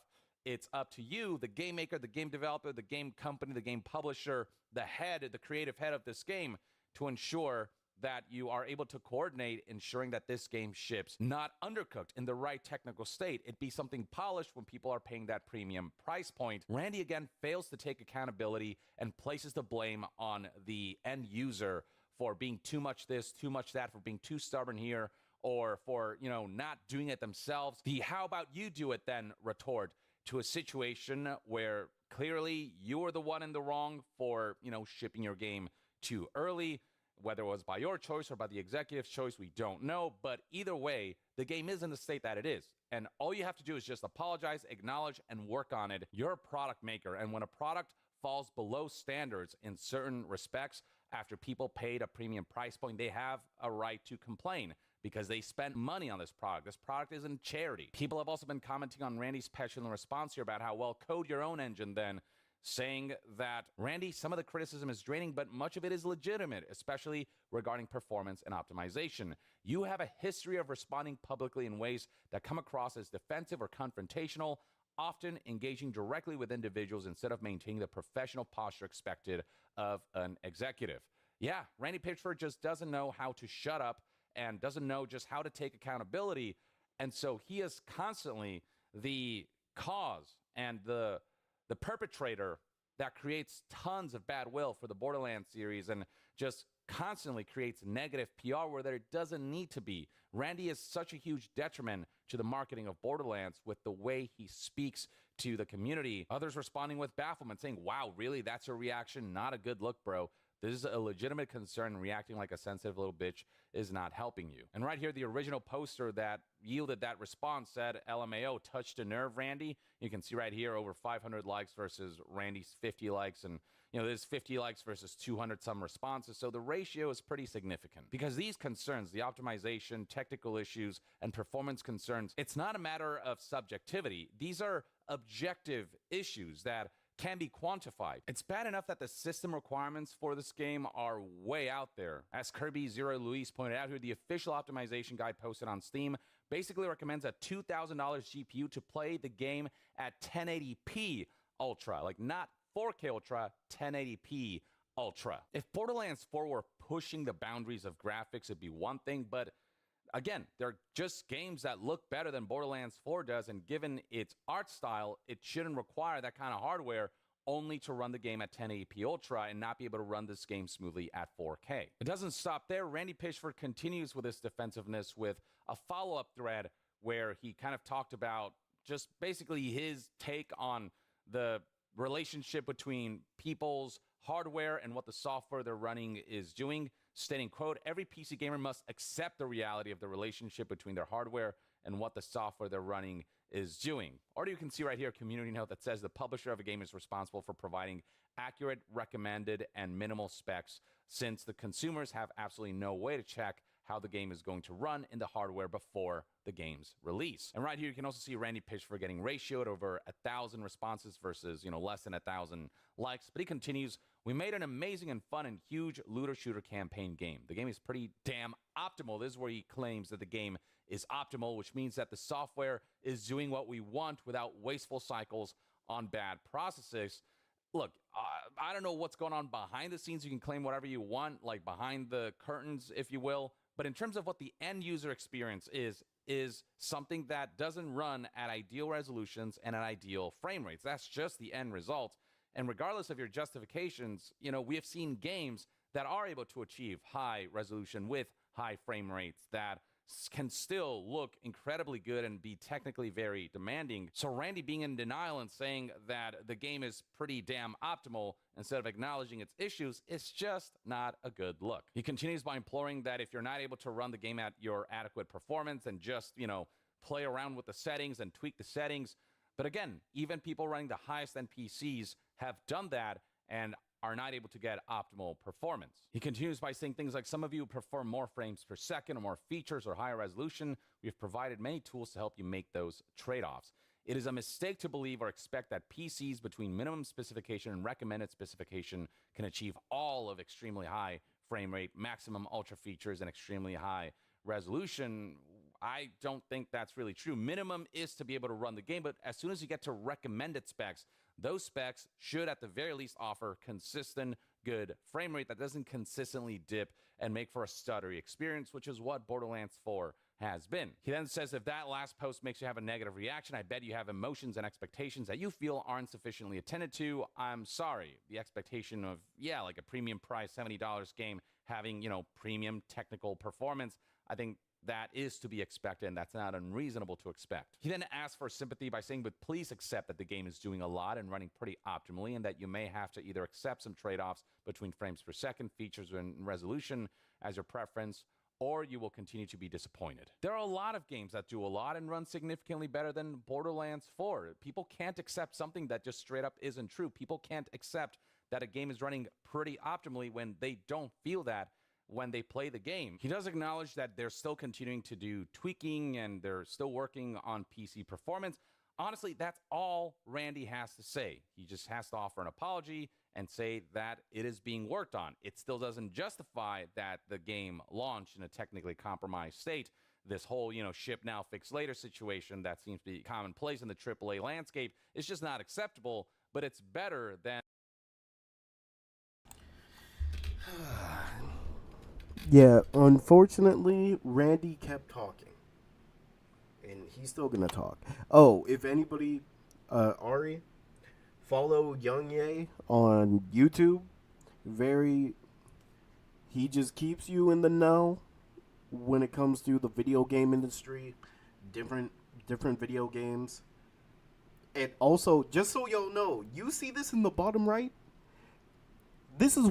Randy kept talking. Randy kept saying that.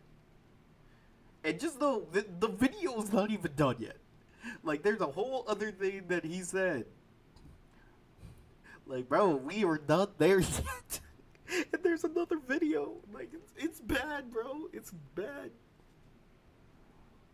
My game should not be having a seizure on the optimized settings.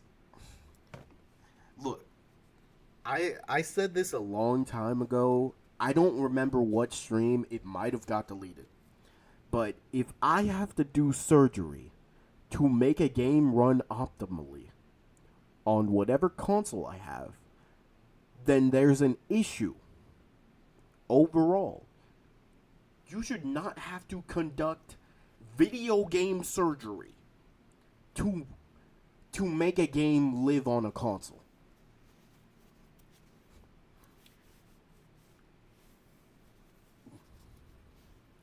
And that just shows something needs to change so people can enjoy the game.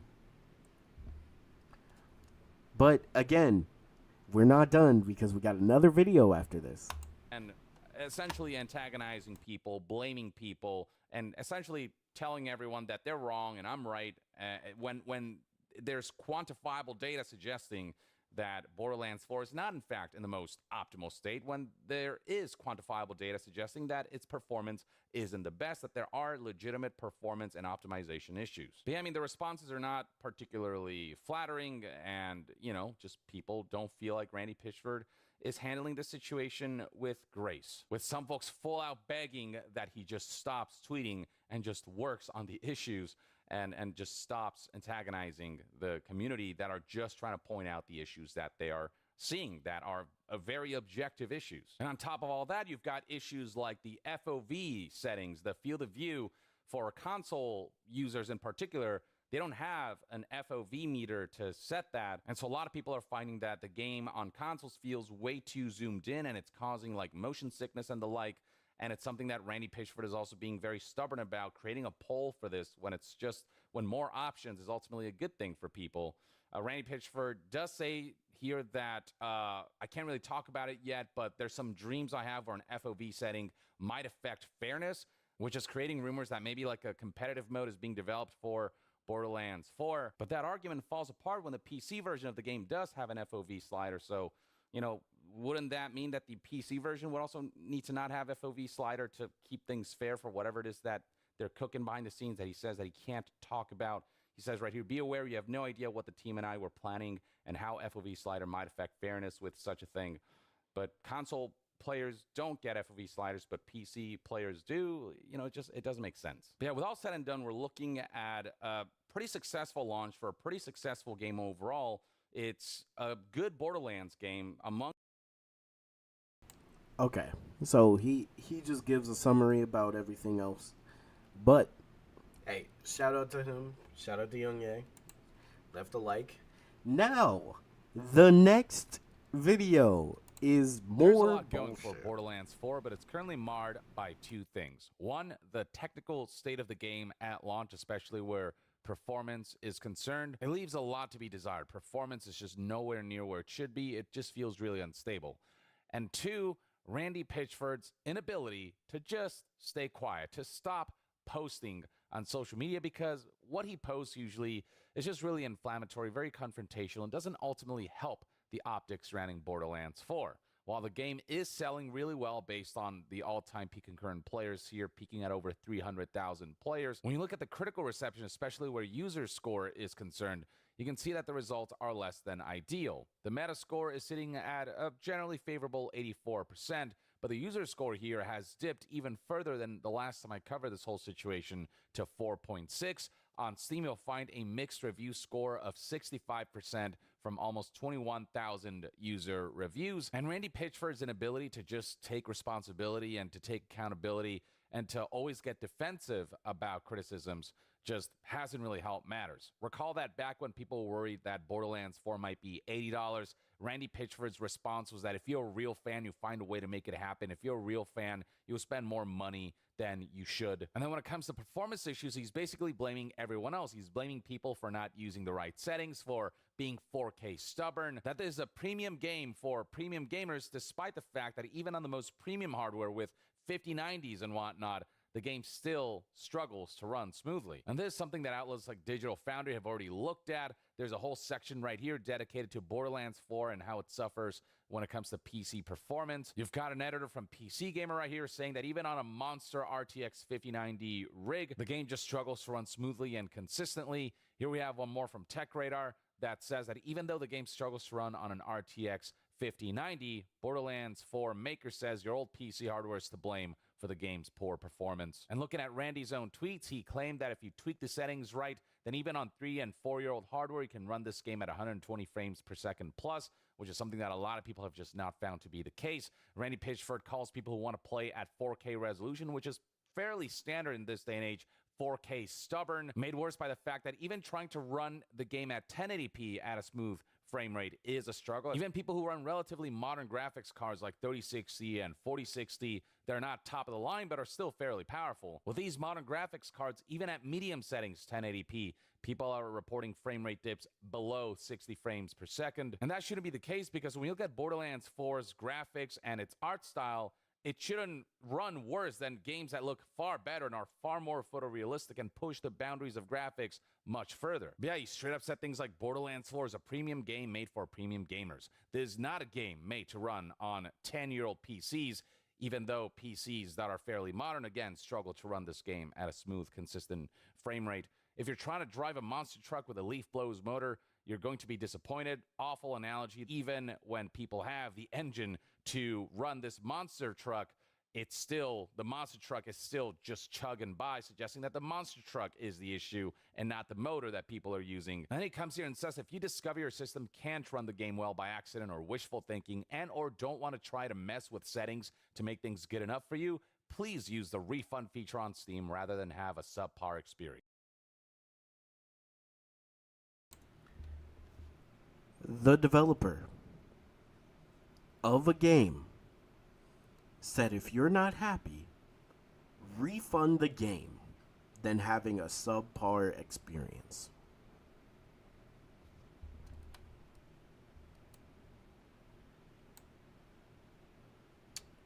I just want to Really think about that.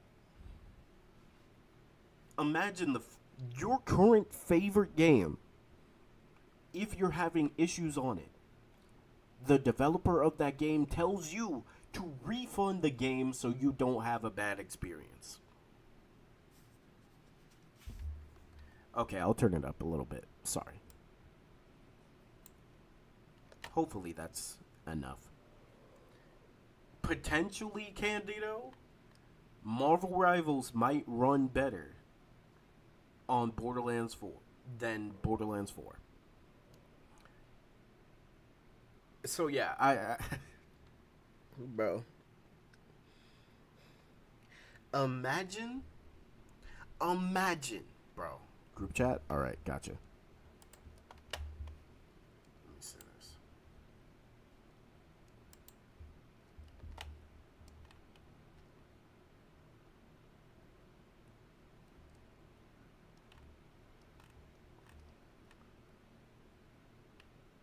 Wait. Ryan Gosling is showing... Wait, Star Wars Starfighter? Ryan Gosling?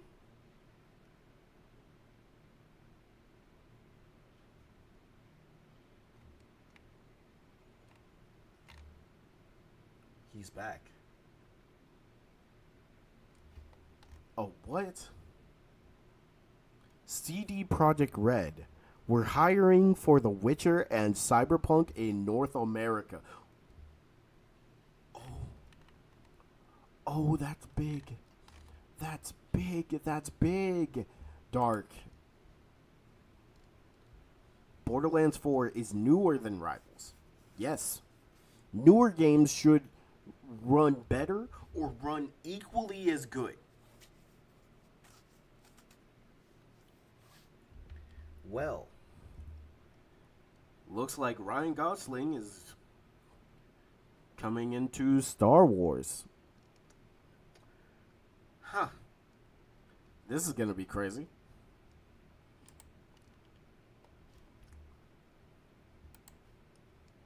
Okay, what was the other thing, Dark?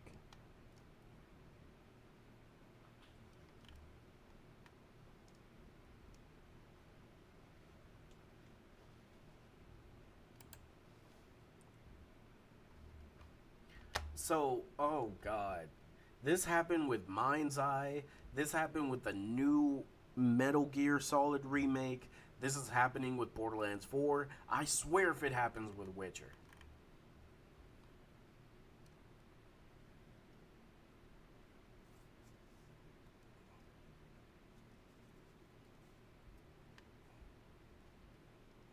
And it's not it's not UE5 either. I don't blame UE5 for this. Like, it's literally devs forgot how to optimize. Spider-Gwen first appearance.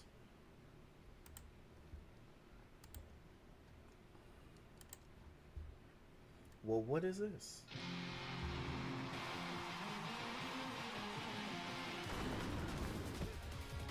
Is that Craven? Who is that?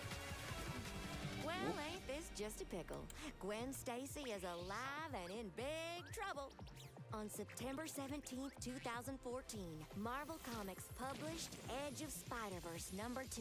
In this timeline, Gwen Stacy is Spider-Woman, sometimes called Spider-Gwen. Gwen's the one who got bit by that radioactive spider, not Peter Parker. And she is rocking it, webs and all. Things take a turn when her bestie Peter Parker turns himself into the Lizard. But Gwen can't save him from himself. And if that wasn't bad enough, her dad, captain of the police force, is on the hunt to arrest the mysterious Spider-Woman for Peter's murder. Enter Matt Murdock. That's right. Matt ain't exactly the heroic lawyer y'all know and love in this timeline. Here, he's Kingpin's right-hand man. Teamed up with the villainous Rhino, they put a hit out on Captain Stacy. Gwen swings into action to save her father, even if he is hunting her alter ego. The two come face to face, and Captain Stacy doesn't have the slightest clue it's his own daughter staring at him. With the whole world against her, Spider-Woman goes ghost, but keeps on fighting. She's got something to prove, and trust me, this is just the beginning. Well, that was quite a web to weave. Thanks for tuning in, y'all. For all time, always.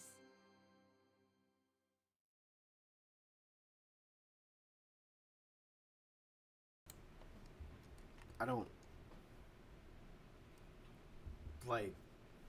You're just Marvel. Look, it's cool to have an animation about Spider-Gwen and all that, but like, you know, you can make this a TV show.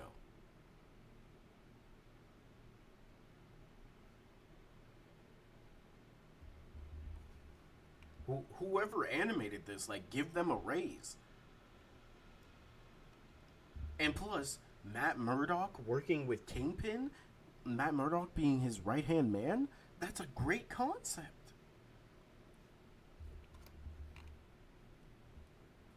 But you're, like, y'all know you can make a movie for this.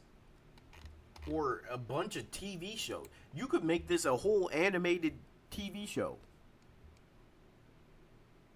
What are y'all doing with the animation for Marvel?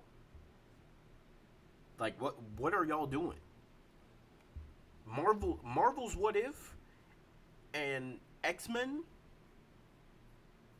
are literally carrying. Nah, I'm sick of it. I'm sick of it. Like, just make a TV show for it. Literally, TV shows would go crazy.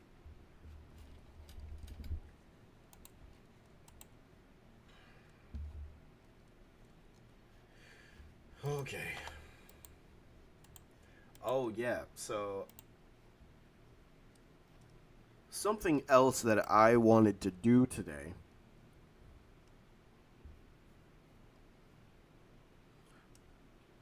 Rivals on PS4 to PS4 Pro.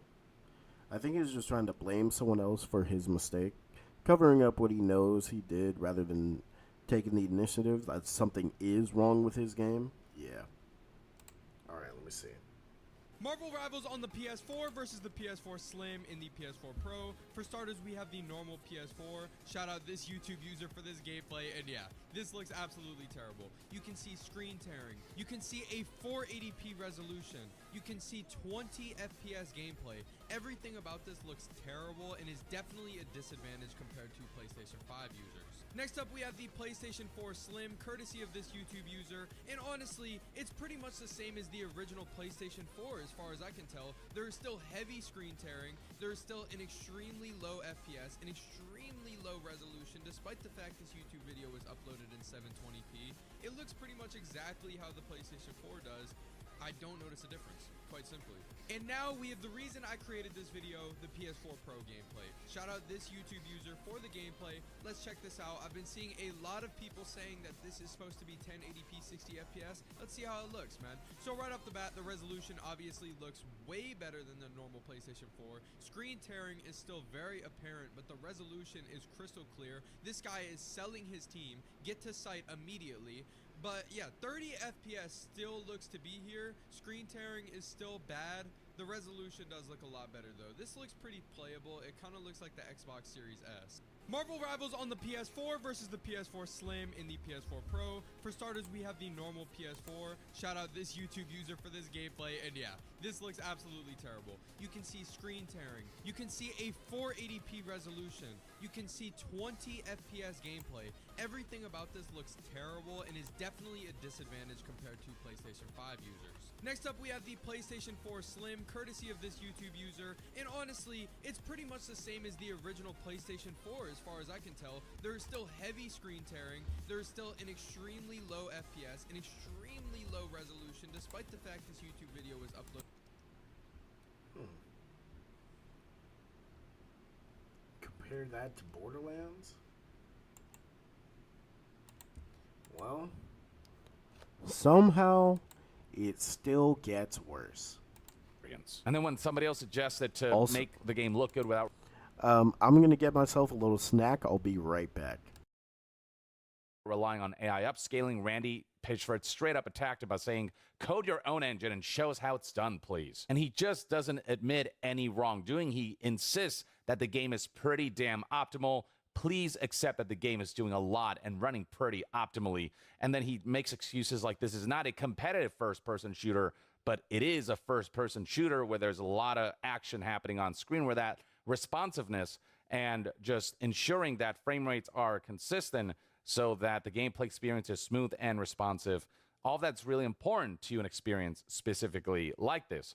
And he said right here, if you're so attached to the idea that DLSS is bad for your game experience because of something you saw or read on the internet, I am sorry. Just like, again, very sarcastic, very defensive, and just not evoking good optics for the title. And then it gets worse because now we're discovering that it's not just PC that has issues running the game smoothly and consistently.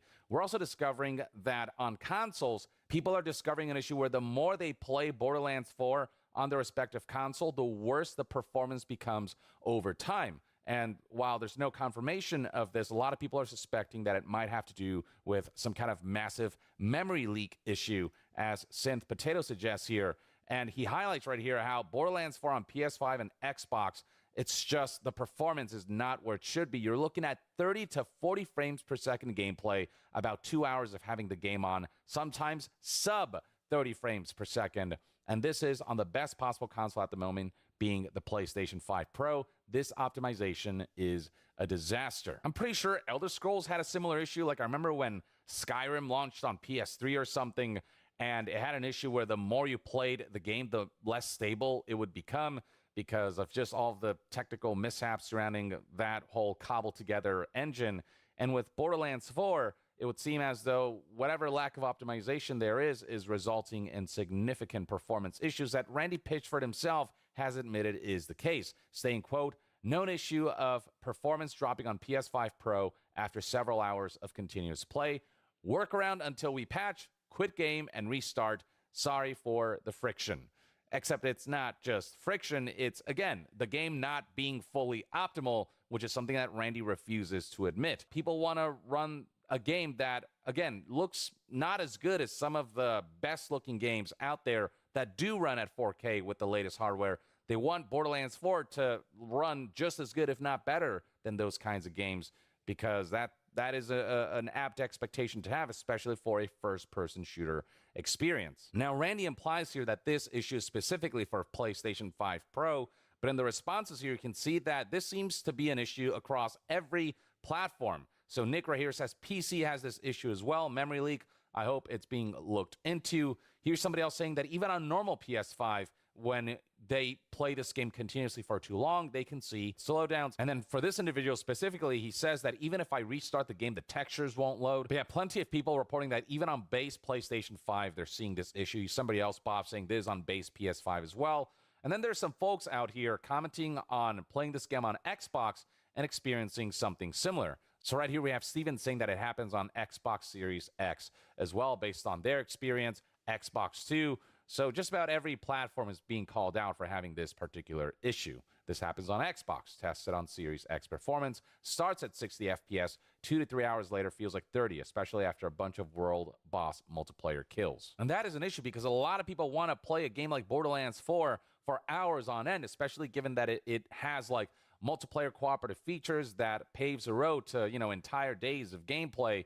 But when you've got hours of continuous gameplay resulting in these kinds of frame rate dips and it having to result in you restarting the game to fix this and that being a constant thing you have to do, I mean, that is an incredibly disruptive element of the gameplay experience. And Randy's just not very apologetic about the way he's been speaking to the community and to players who have been criticizing the game for very quantifiable reasons. This is not subjective. The performance issues are very objective. They're statistically provable. They are mathematically provable. All Randy had to do is just apologize and say that they're working on it and leave it at that. And even then, the fact that they shipped this game in the technical state that it did is just not acceptable, but at least it wouldn't be drawing further backlash and making optics even worse. And then Randy, tries to garner some sympathy by coming on and essentially putting on blast some of the emails that he's been getting. And look, emails like these are completely unacceptable. Any level of non-constructive,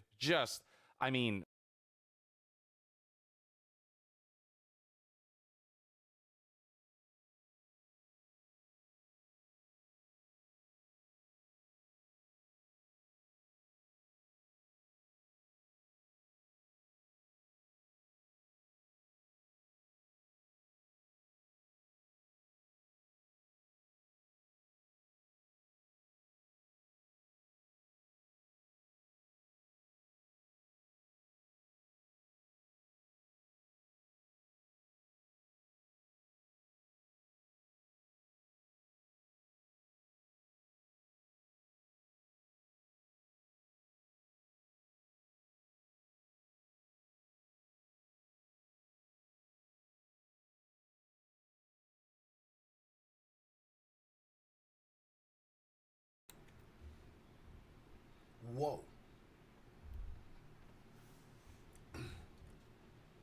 Whoa.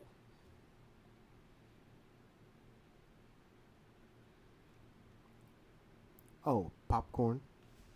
Just something light.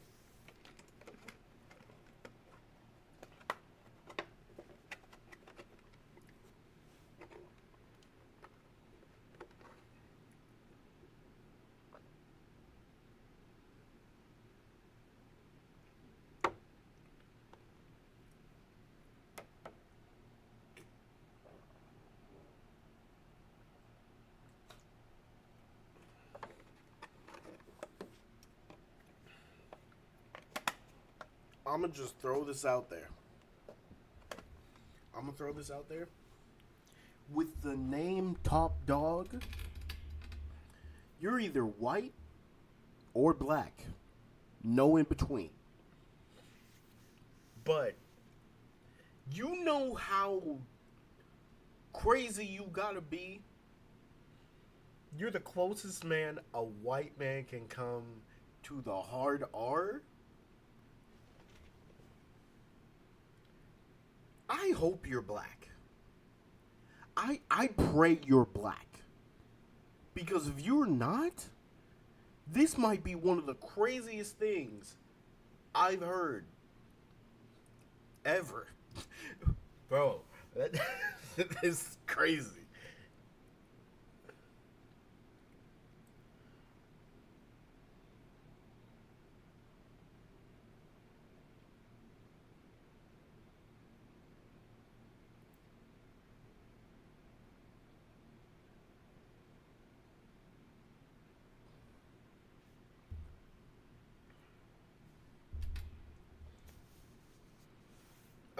Okay. All he had to say, this is all this person had to say. This is all he had to text him. If you think premium games are even a thing or premium gamers, then rethink your decisions. That's all you need to say. Rethink your decisions instead of saying you're the R. But, yo, you know what? Maybe it's because I've been doing YouTube for a while. Like, I'm mentally PR trained most of the time. If I'm pissed, the PR training starts going away. But to say this to a developer is crazy, but just realize what the developer is saying to everybody. I'm not condoning what this person said, and I'm not going to support what this guy has said to Randy. Because when you die, no one will mourn you is crazy. But you're the closest thing a white man can come to a hard R? Bro. That's a crazy insult. That's crazy. That's a crazy insult. But you know what?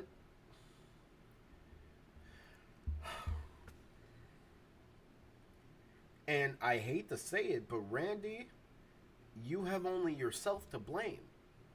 If you talk to people like they're people and not dumbasses, you wouldn't be getting a message like this.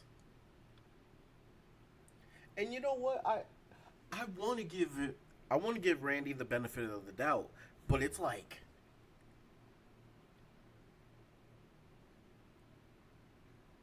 he probably wouldn't have even sent you this if you didn't talk to people normally. Like, talk to people like people. Like, don't talk at people. Talk with them. They can hear you out if you talk with them. They can't hear you out if you talk at them.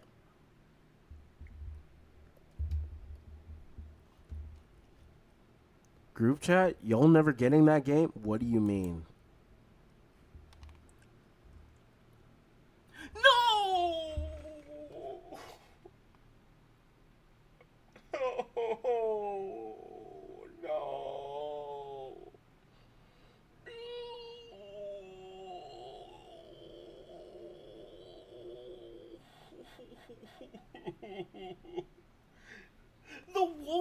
Among Us. Bro, we've been waiting years for that.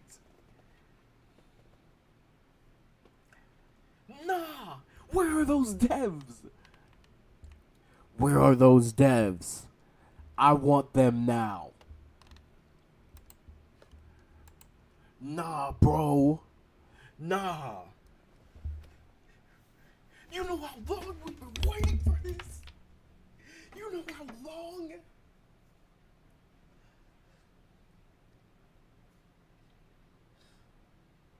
Dang it.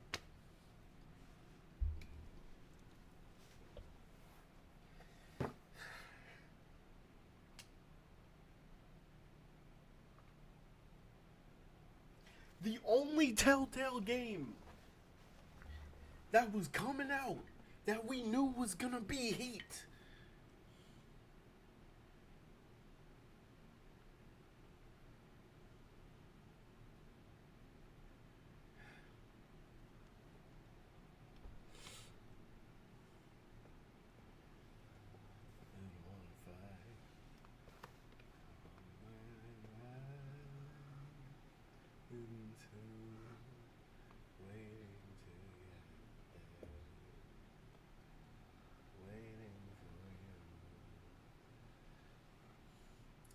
Why am I slow dancing in the dark? I'm just sad.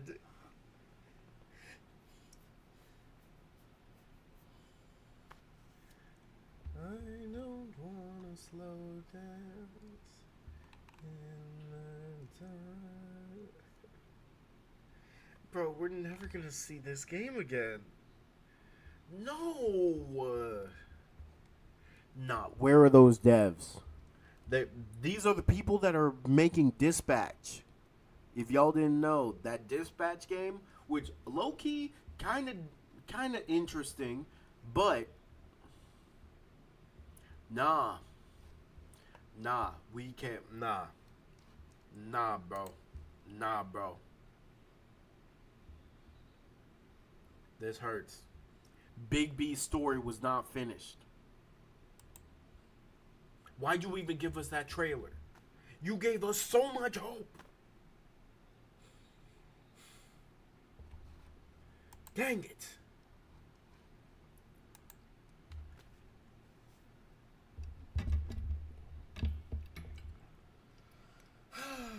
God.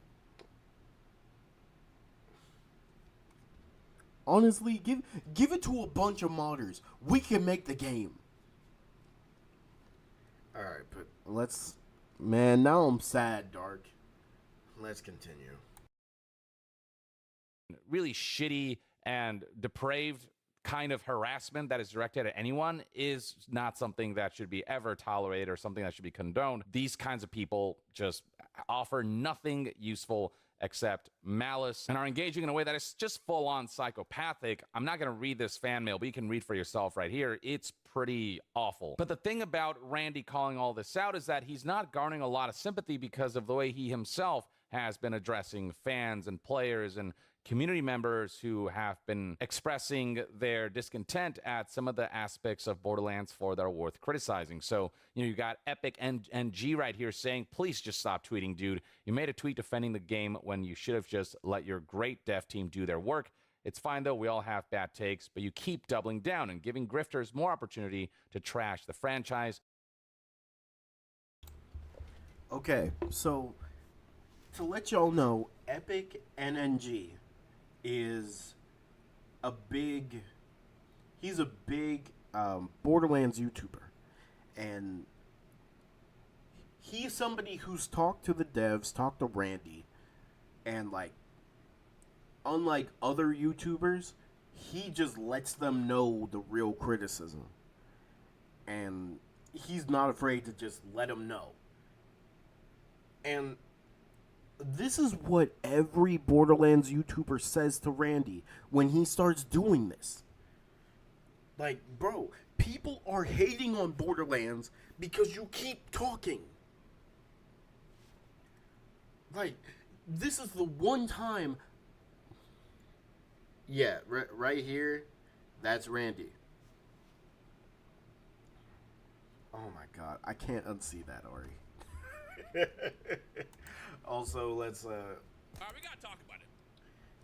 okay, we'll watch this after, because Sparking, oh man, I'm so glad we can slander Sparking Zero now. It's been a long time and it needs to happen. But all right, let's continue. I just had to let y'all know, Epic NNG, very big figure in the Borderlands community. One of the positive people in the Borderlands community. Just know that. And you know this guy. Look, I know this guy. Good person. Very good person. He truly wants the best for the game and the series. That's it. I just had to let y'all know before we continue. Now, Don't do that. I mean, yeah, I couldn't have put it better myself. All of the developers are hard at work, and Randy is just sabotaging Borderlands 4's efforts by just not putting his phone down and stopping all of the posts that just don't help with optics because of the confrontational nature of his communication style. And there are folks who have been expressing similar sentiments about how they don't feel that much sympathy because of the way Randy has been engaging. That doesn't mean he deserves to be sent email like this. But given Randy's lack of empathy and the way he speaks sometimes, it's hard for people to feel sympathetic about this situation. So Baked Grizz, for example, said, listen, man, just chill and step away from social media. You're becoming your own worst enemy, all because your ego is leading the charge instead of your intellect. Obviously, this sort of hate is awful, but you have to quit spitting in the faces of your fans and the consumer. You have repeatedly put your shortcomings onto your fans, such as your original $8 price tag that you then responded to with true Borderlands fans will pay for it, and now you're blaming fans for your poorly optimized shader system. You aren't pushing the boundaries graphically, so you shouldn't be performing this poorly on higher-end system. Yeah, and that's kind of what Randy has done. He doesn't take accountability. He kind of puts it all on everyone else. Everyone else is doing it wrong, and him and his team did everything right. And that kind of attitude, especially when we've seen so many games that have come out on all platforms and have run just phenomenally and, have been polished to a sheen and that look better than Borderlands 4, for Randy to get defensive and act like, this game is running optimally and all these things, and then trying to garner sympathy, it's just not a strategy that will work. It's just not a winning strategy. And this is all on top of people's complaints that there are no FOV settings on consoles, and Randy Pitchford providing this weird excuse that FOV settings might affect fairness, even though the PC version of the game has an FOV slider, but the console versions didn't ship with that. And it just logically, I don't know what Randy's quite trying to say here, and everyone's confused as to why the console versions don't have an FOV slider. So just so many technical issues and a Randy issue that is marring what is ultimately still a good looter shooter game. Borderlands 4, a lot of people in terms of just looking at the game for what it is, sans the performance issues. There is a really good Borderlands game here. You can tell that the devs put a lot of time, work, effort, and love into this. But the game not being delayed to ensure that the devs can cook more on it, to ensure that it ships in the most polished state possible, and Randy Pitchford just going on, social media rants and just communicating in ways that highlight a lack of humility and just any lack of being able to just accept that issues exist and just work on them instead of trying to blame things on the community or put the onus of the issues of Borderlands 4 on the community. All of that does do a lot of damage to the PR surrounding Borderlands 4 and the franchise as a whole. So, Randy, just acknowledge the issues, work on them. It really isn't a complicated thing, what you got to do here. And next time, don't repeat history and ensure that Borderlands 5 or whatever comes out in a state that is adequate to the quality. all right. Well, let's switch gears.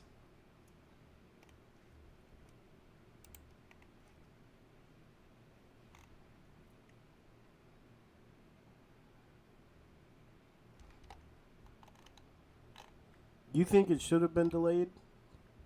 Yes. For the sole purpose that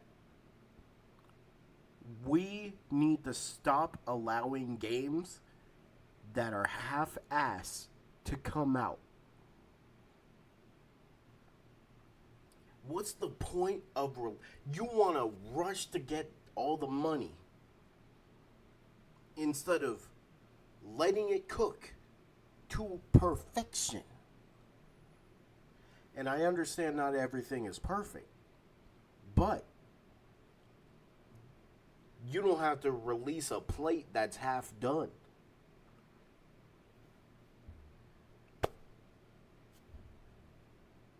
All I'm saying is, Borderlands 4, after getting my hands on it, I could have waited. I could have waited longer. Honestly. If you're telling me that we just had to wait like what, one more month? I was 100% fine with that. It was just know Randy was the one who changed the release date because he said that the game was ready to get out sooner. But because he said that, this is what we got. I wish we could turn back time. Yeah, they pulled the release date closer because Randy said that he believed that the game was ready 100%. Exactly, Ari. And honestly, after talking with a lot of people about this, and I'm pretty sure I talked with Dark about this someday, but I'm starting to be 100% okay with delaying games. I'm really starting to become more and more open to it because we kind of need that in order for games to be finished. Speaking of a game that's not finished, let's talk about the record-breaking trash-ass game from Dragon Ball called Dragon Ball Sparking Zero. Because I feel like the best way to potentially and hopefully get an answer is to make as much noise as possible. And that's why I decided to make this video, which, by the way, I feel like kind of nostalgic. I feel like 2016, 2015 rhyme where I used to cover the news aspects of all the Dragon Ball games and then do videos like this all the time, which was a lot of fun. But I'm here to ask one simple question. Bandai Namco, what the f is going on with Dragon Ball Sparking Zero? The reason why I asked that is because it's like, do y'all even know what y'all want to do anymore? This is what annoys me about this. And by the way, before we get into it, I don't want this to be this is why we don't like Sparking Zero all over the comments. I mean, by all means, I'm not going to stop you. You're more than welcome to voice your opinions. We've been doing that for the past year. The first couple weeks of that game were magical and amazing. And then we realized what was wrong with the game, and game kind of like fell off for a lot of us. The reason I'm making this video is because I truly feel it's one or two things, and both are pretty extreme in my opinion.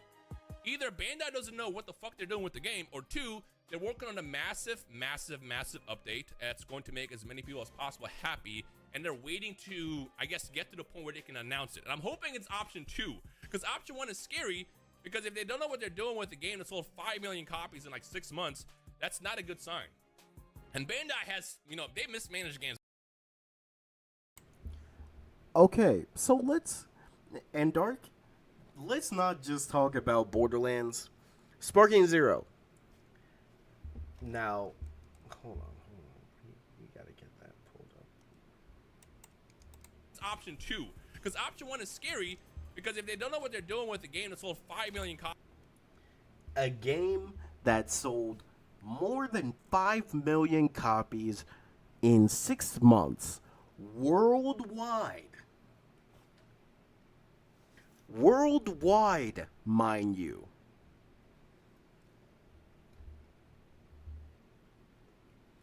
Now, just know, most of this money was from people who had nostalgia. The hardcore Dragon Ball fans. And then the game died. And people then say, oh no, the game's not dead. No, the game's dead. Where's your content? Where is your content? Oh god, what is this, Dark? I saw Borderlands. I'm scared already.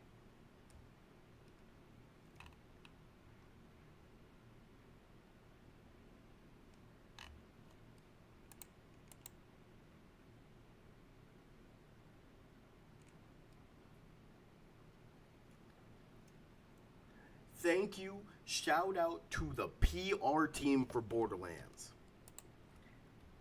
Hey, Vault Hunters. We want to thank you for welcoming Borderlands 4 to the world. It's been less than a week since the game launched, and it's been incredible watching millions dive into Kairos and forge connections with new Vault Hunters. Thank you.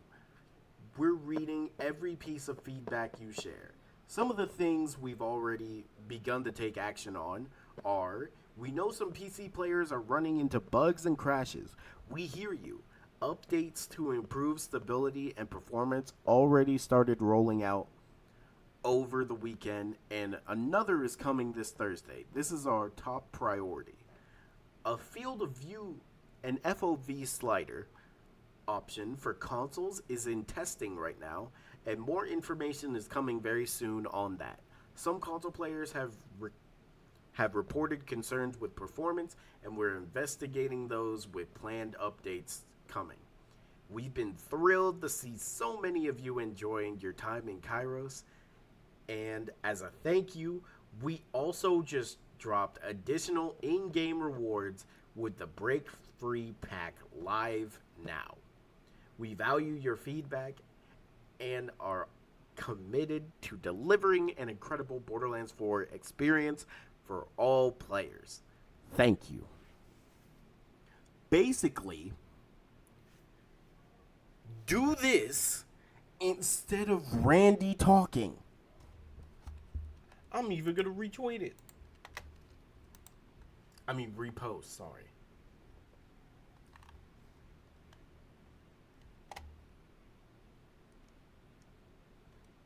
So the problems are real. Someone was lying.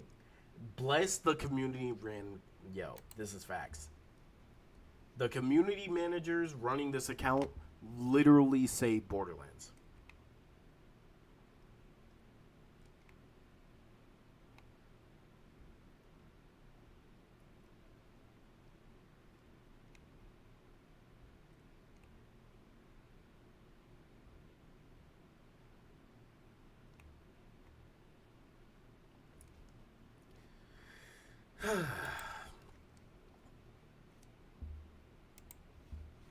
My goodness. But yeah, let's go back to trashing Sparking Zero.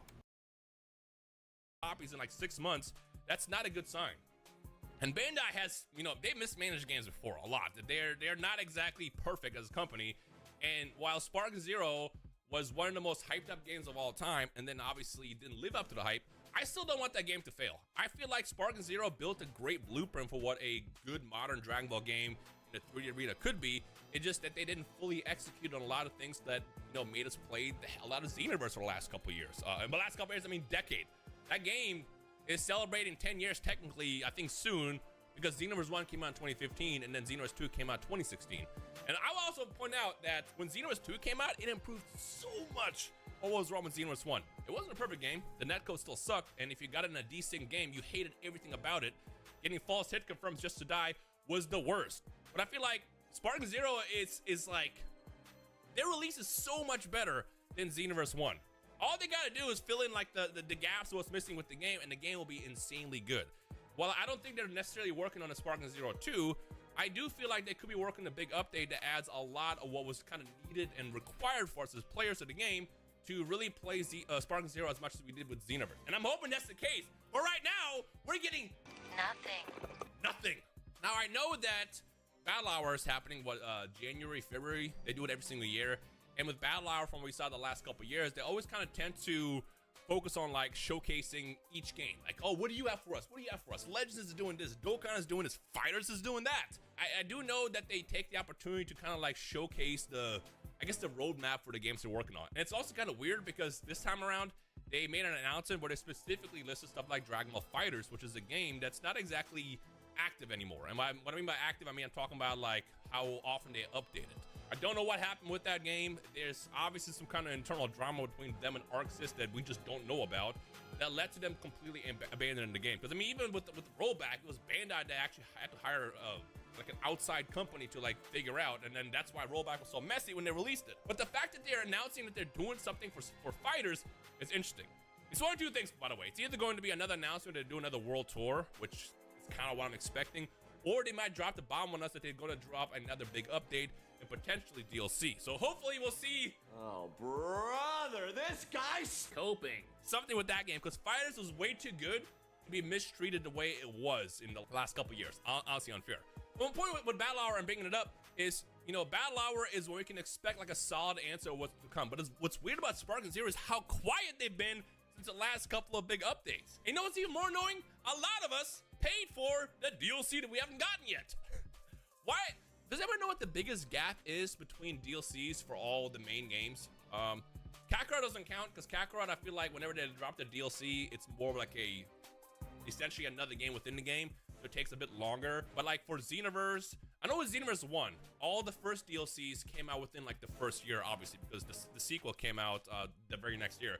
I want to say we got a DLC for Xenoverse like every month. And then Xenoverse 2, it was every couple months, and then they did another season, and another season, and another season, and now they're kind of slowing down, because they're probably trying to figure out what they want to do next, because it's like they covered everything already, so it's like, where else do you go? And apparently now they announced like a dating simulator or something. You can now rizz up Chilai or something. I don't know. I didn't really look into it. I saw the trailer pop up. I didn't really understand it, but obviously Xenoverse is still getting updates because a lot of people still play that game, at least on the PlayStation side. Something else I also want to point out is a lot of times people like to always look at numbers, and it's like, who plays Xenoverse? And then they bring up the stats on PC, and it's like 7 people are playing. Yeah, it's because most anime games, they live on PlayStation more. The reason why is because no one really has Xbox in Japan. I don't even know if you can buy an Xbox in Japan. And that's why there's always a big focus on PlayStation, and then PC is kind of like a side thing that pops up. And then if the game is big enough, they also include Xbox along with that. That's why PlayStation is always so massive compared to all the other consoles and platforms, because it's kind of like the preferred place. That's why whenever my friends are like, what game are we getting this game on, gang? PlayStation. I mean, obviously PC has mods and stuff, but I'm trying to also play the game. And if I go on PC a month later, it's going to be a wasteland. No one's going to be on there. My point though is with the DLC, what's annoying is leading up to the release of the game, they said 3 DLCs are coming. One being Superhero, which honestly I feel like now in the hindsight, it should have just been part of the game. Because even with this DLC, they don't really give us that much. They give us like what? They give us like 4 characters, but then they count it as 12 because of different forms. And to be fair, I guess the characters do somewhat play differently, but let's be real, it's 4 characters, or 5 characters, or 3 characters. They announced that we're going to get Superhero, which was a good DLC, and they announced Daima. And then they said question mark for the next one. And then they randomly released Shallot, which to be fair, Shallot was to go along with the anniversary of Dragon Ball Legends, so I get that was kind of random, but it's like, do y'all know what y'all are going to give us for DLC 3? I mean, we know it's got to be like the part 2 of Daima, obviously. I think they even mentioned that a while back. But it's like, it needs way more. So now the question is I wonder if DLC 3 is only taking this long because they know they can't just drop the Daima stuff. Because I don't even know how much they considered the Daima DLC even a success compared to previous DLCs, because it was such a different kind of like DLC to release. Like, I know Superhero probably sold like crazy because it's Beast Gohan. I mean, come on. Beast Gohan is amazing. It's like the equivalent to UI for Goku. Everyone's going to want that. But Daima, I feel like, is a bit more random. Not everybody might have gotten that DLC. So that's probably why they were like, Boaz, what do we do for DLC 3? I don't know, let's figure it out. Either way, though, we need some kind of communication. Because the fact that we're like, at the 1-year anniversary almost, what is this, September 17th, in like, what, 3 weeks, the game officially came out a year ago. The fact that we're this deep and there's no information, nothing being said is crazy to me. And then I saw a tweet also by DBS Hype talking about that they don't even have a scan coming up in the next like jump or something, which implies that they still have nothing to announce. How do you fumble this game this bad? Like, is it a management thing? Is it just like the fact that like Bandai doesn't like to look at the actual feedback outside of Japan and see what people want to see in general? Like, I don't know what it is. It's just so weird to me. But either way, I feel like Bandai, we're kind of owed an answer, because like you guys sold us DLC, a lot of us bought the season pass, and a lot of us are waiting for the next DLC. Just so something that's like, move, do something. You know that little meme? Look, do something. Come on. That's how we all feel right now. And the fact that we were essentially sold this DLC that has like, I don't know, y'all get it when you get it mentality, I feel like just isn't right. So I don't know. That's why I decided to sit down and actually make this video, because I feel like we just need something, like just anything, a teaser even. Even Xenoverse technically has been doing better 10 years later with their communication, and their communication has been ass, because I think the last time they told us DLC was coming out was like, what, 2 years ago, a year ago, and then it was all silence. But at least they gave us something with that teaser that came out recently. Whereas Spark and Zero, which is their main focus, their main baby right now, nothing. Am I crazy to want some kind of answer? Like, surely I'm not the only one. And again, I know Spark and Zero has had a very controversial take to a lot of people. We were all disappointed. Like, the fact that, like, this is the first time in a very, very long time where the internet unanimously came together and they were hyped. Again, I know I said I don't want this to turn to this kind of discussion here. I'm just reiterating again. We were all super excited to get essentially like a Tenkaichi, and it is a Tenkaichi, it's just not the same. It was missing the soul. I think that's what it was. It was missing the soul that made Tenkaichi what it was, and that's why a lot of people stopped playing it. But like overall, if you look at it, the game is like a glorified demo. You know, the story mode gave us cool moments, but then they chose not to like follow those footsteps again. Like, how do you do Gohan Black, but then that's it? It's like, so we're just not gonna do any more. Just kind of like what if stuff that could be really, really hype.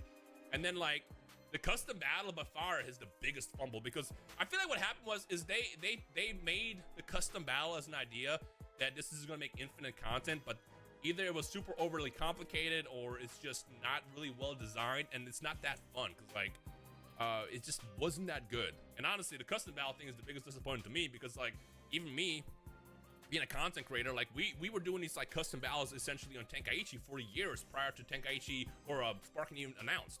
That's what we're doing with those raid battles. We were like doing our own like what if scenarios. Even in Xenoverse, we were creating our own modded battles before the game came out, because it was fun to do like, you know, fun little ideas. And they probably got that idea from that, if I can be real with you.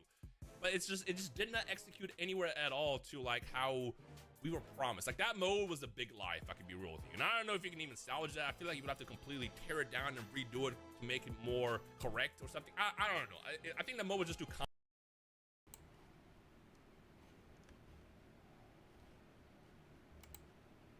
I don't know if you see it, but yeah, your boy getting tired.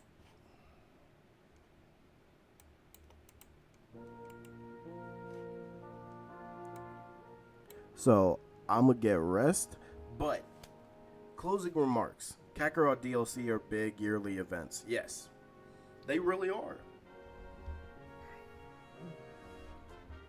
Yo, CJ, what's good with you, man? I want adult Super Saiyan 4 Goku, Super Saiyan 3 adult Vegeta, regular Giant Goma. You have to hope that they don't half-ass you with the DLC, also Candido. That's better than the custom battle. Yeah. Bro, we need custom battle. Like, custom battles have to be good. That's the reason why I got Sparking Zero.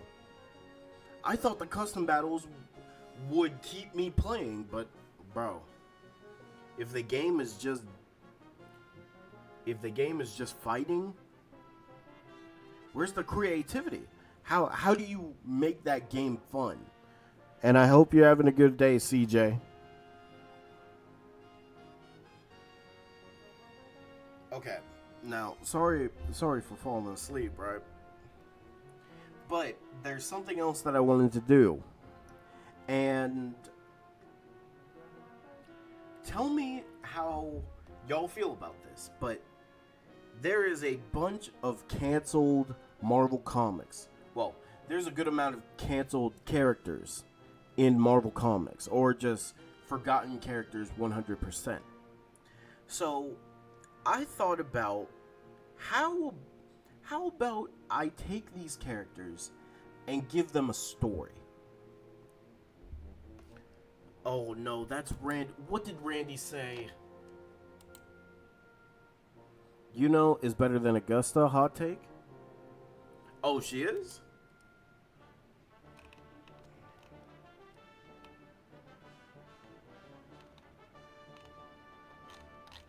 Okay, gotcha. I'm gonna put this in. And also, why is Gohan Black not playable? That's one of the coolest things they did in the game. He's not playable. But Shallot's playable though. So I guess that's something. And does Yuno do better damage than Augusta? Speaking of which, I need to get on Withering Waves.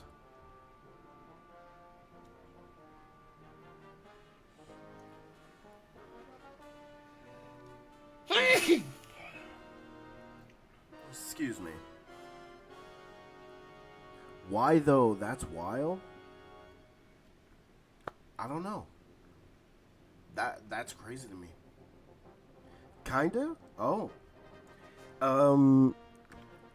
What does Yuno need to like? What's her go-to like echo set? What's her go-to echo set? Bless you. Thank you. Will Randy say now? He didn't say anything. He didn't say anything crazy. Bless you. Oh, thank you for the blesses. Appreciate it. Dark. Thank you for the blesses.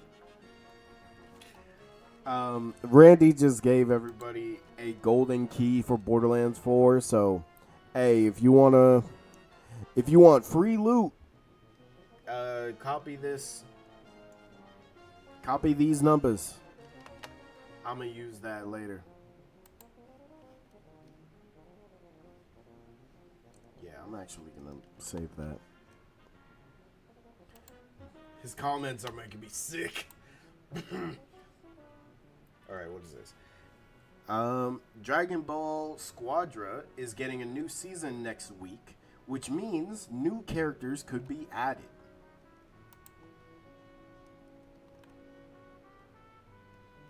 Well, this is the first season of the game for Squadra. Now, how many characters per season is the question? Like, are we thinking one character per role or something else? I don't know. I'm gonna assume, for right now, I'm going to assume the worst, 2 characters per season. I'm probably just gonna say let's keep it like a Rivals thing, where it's two characters per season, or like a character per season. That's probably what. I'm hoping for more support characters. Granted, we've gotten a good amount of support characters. I want a Broly. I want Broly. Like, truly. Put Broly in the game. But yeah, so just to let y'all see this.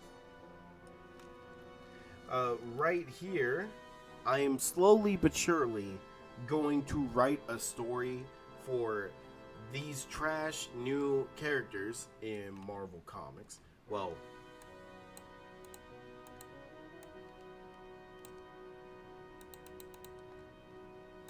I'm gonna make new stories for Safe Space, Snowflake, Trailblazer, and Screen Time.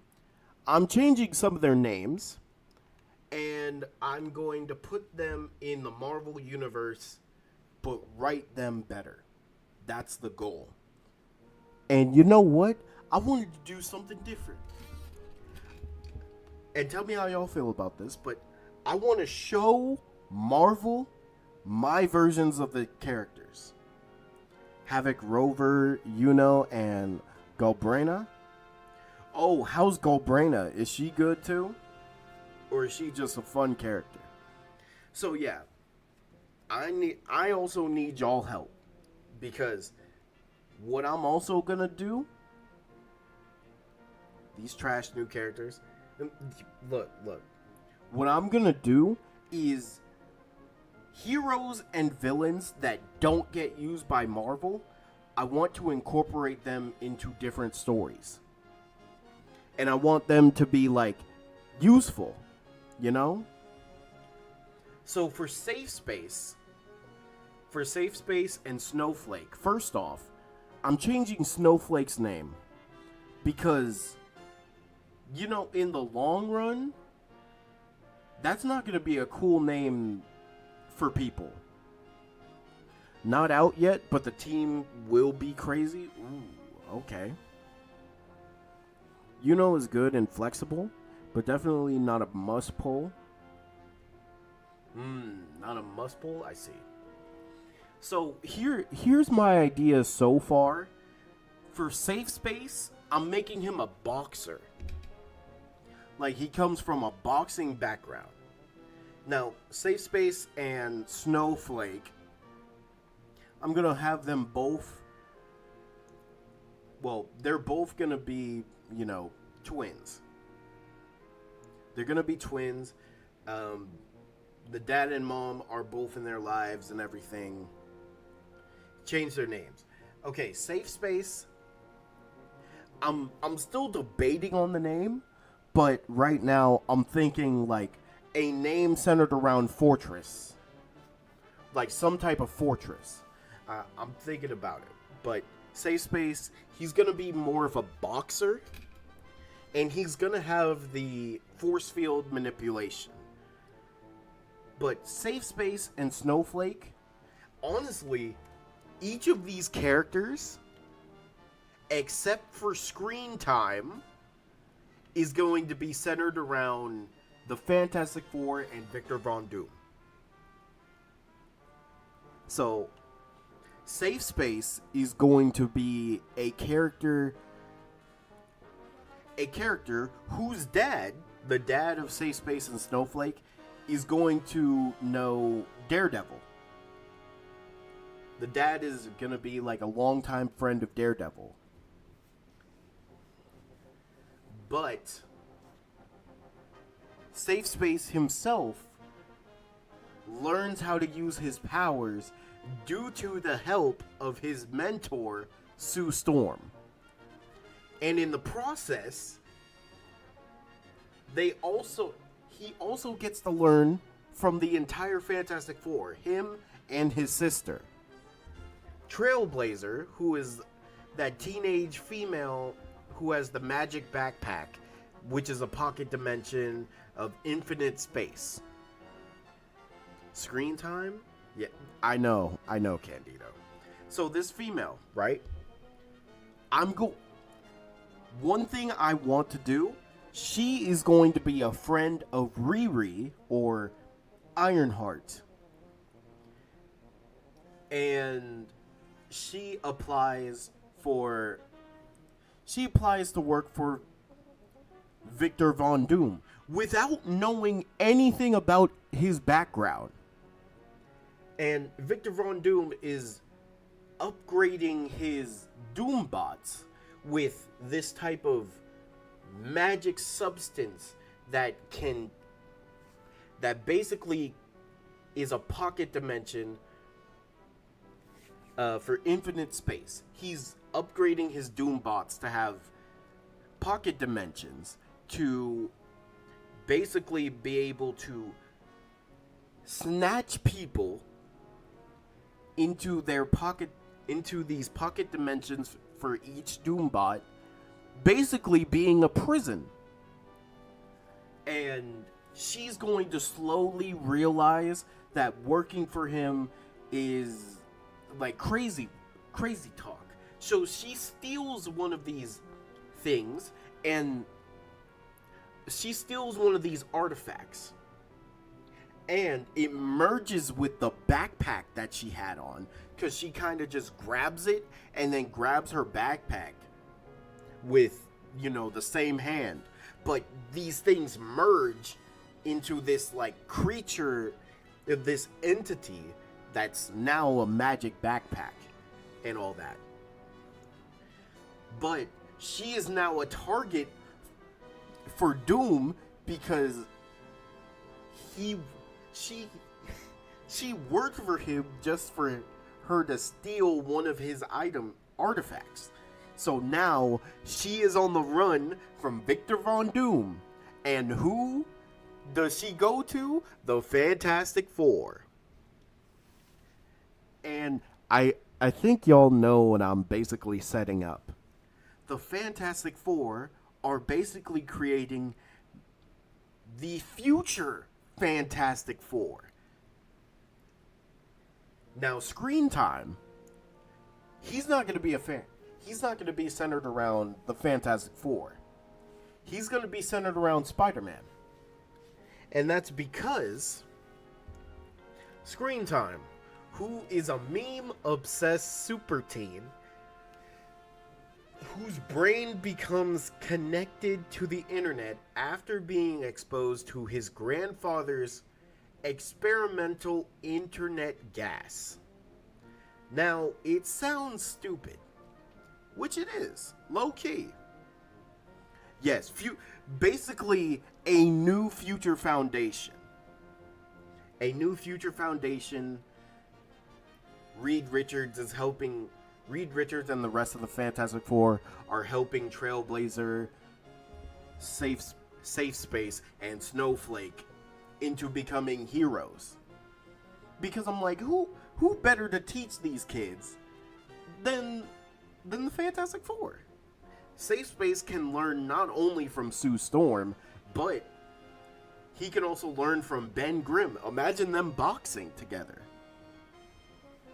Okay, now, here's my idea for screen time. And tell me how y'all feel about this. So, first off, I was thinking, okay, connected to the internet, becoming exposed to his grandfather's experimental internet gas. Sounds stupid, but let's roll with it. Hear me out. What if his grandfather was someone we already have established is a smart, crazy character who can invent crazy things? The grandfather, I was thinking, how about we make it Otto Octavius?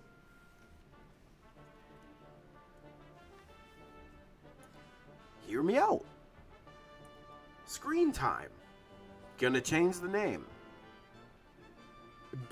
Is the grandson of Otto Octavius. Now, this experimental internet gas is something that he's been working on that will basically allow his mind to be connected to the internet itself, knowing every type of technological advance or anything in any database.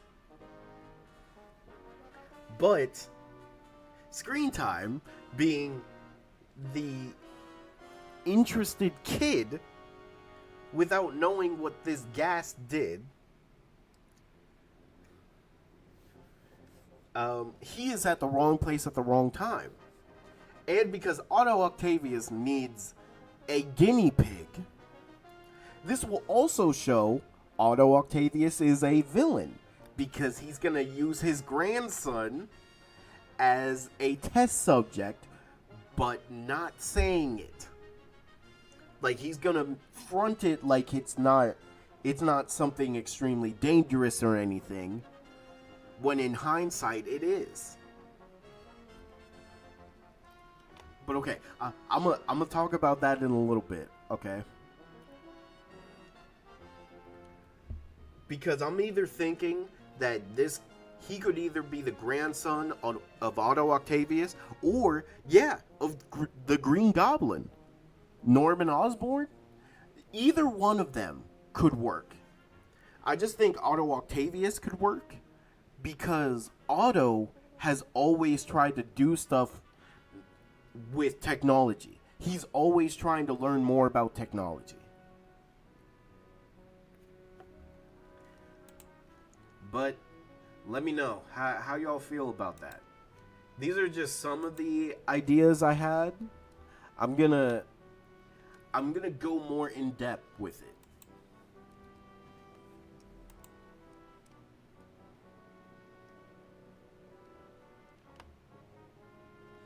Run full dive against triple support in Rivals to win the game?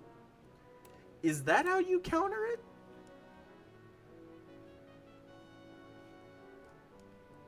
Triple tank full dive. I'm so sick and tired of booting this game up every single day. I don't care. Y'all can be on my dick and say I complain too much. Oh, I need to get better. I need to just match it. I need to just counter swap. And it's so unfortunate that I have to do this on the game. And y'all don't even understand, bro. It's not even counter swapping. It's literally, oh, I'm about to win the game, and it's corny as fuck. But I will no longer be losing to this triple support nonsense. No more. You want to go triple support? Okay. I'm going to hear my teammates say, let's match the triple support. And I'm going to say, no. We're going to run full dive. We're going to run triple tank full dive. And we're going to see what the fuck they do after this. Because I ran this shit yesterday out of my fucking misery. And they couldn't do anything.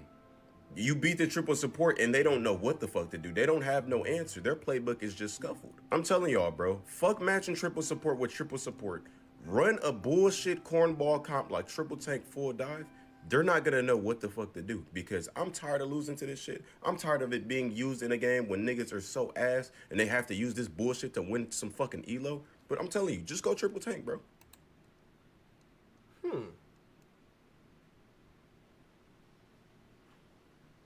Oh, yeah, I know. I didn't want to put it on the screen.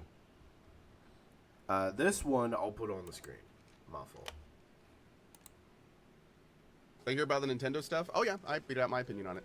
Are we talking about the lawsuit? No, we're talking about the patent. For some reason, Nintendo thinks that it's a good idea to start patenting their game mechanics. That's such a disgusting thing to do because the entire spirit of game dev is iteration. It's iterative. And the idea that there's mechanics in Nintendo games that they didn't just iterate off other people to make their games is actually insane. That's crazy. So for them to think that like, oh, we came up with this game mechanic that's been used in literally thousands of games, but it's ours. We're the only one that gets to do it. You know what that is? That's a stain on the gaming industry. That is anti-gaming consumer behavior. It's corpo garbage. And like, frankly, this makes me not want to play a Nintendo product again. Because like, if that were to happen, if that were to really start happening all the time, that would affect the entire gaming industry. If companies could just come up with ideas and then patent them and no other game companies could do it, I mean, what would stop a company with just making a game full of mechanics and then patenting them all? And then they could just spend the rest of their life patent suing other people. Nothing would stop that. He's right. He's right. He is right. Okay, one more. Let's see where this goes. If you happen to be a Namor fan, I just want to let you know that the war is over.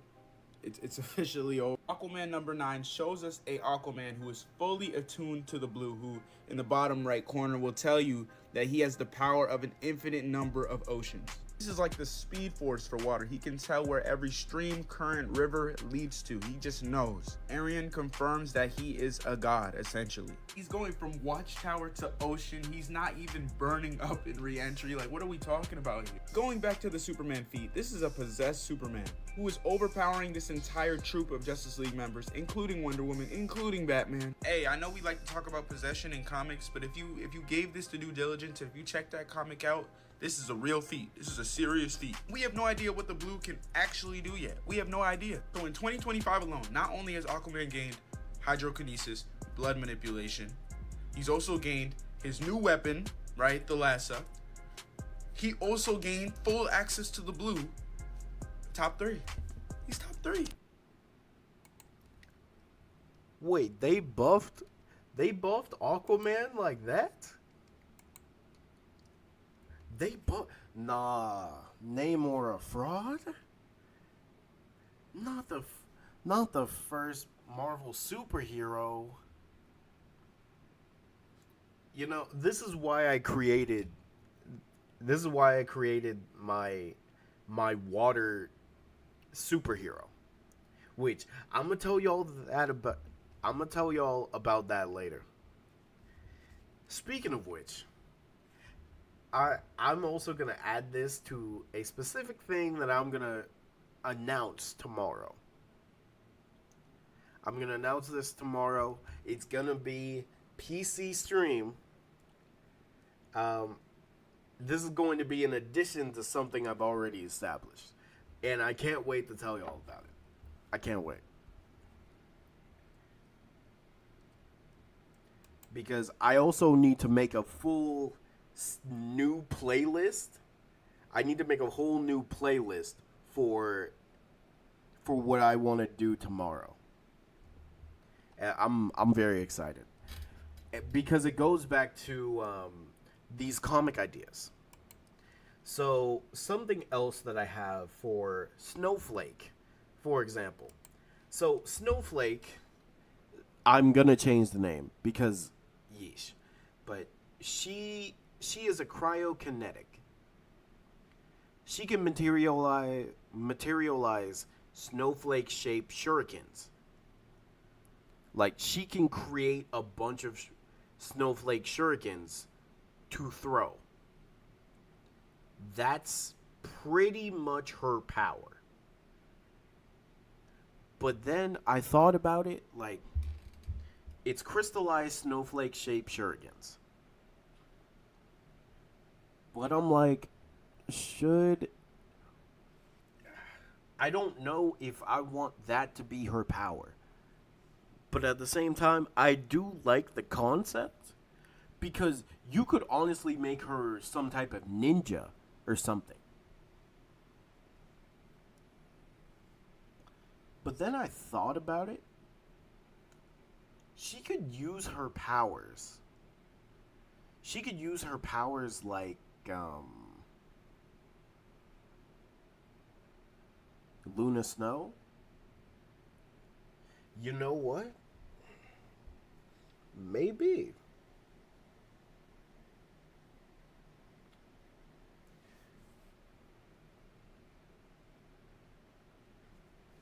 Maybe.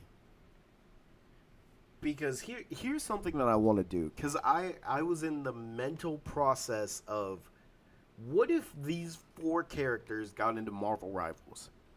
What would they do? Safe Space, I want to be a tank. Trailblazer, she could be a support character, right?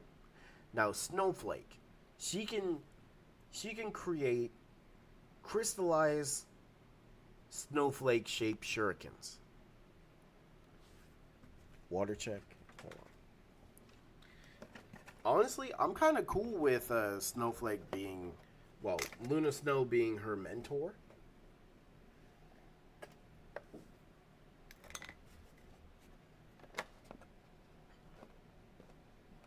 Now, here's what apparently she is.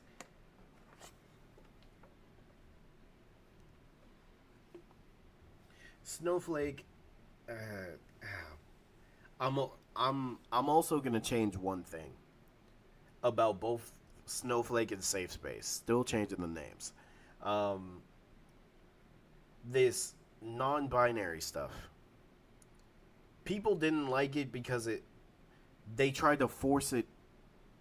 They tried to force that onto the fans. People were not interested. So I want them to be their own characters.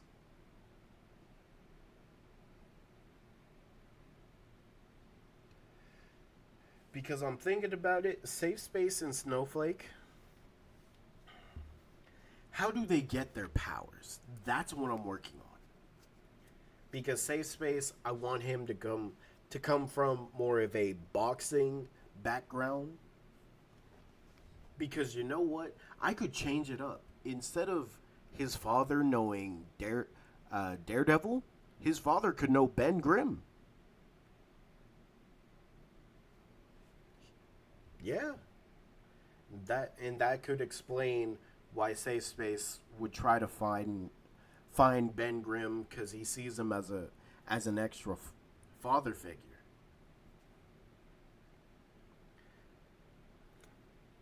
Now, how they get their powers?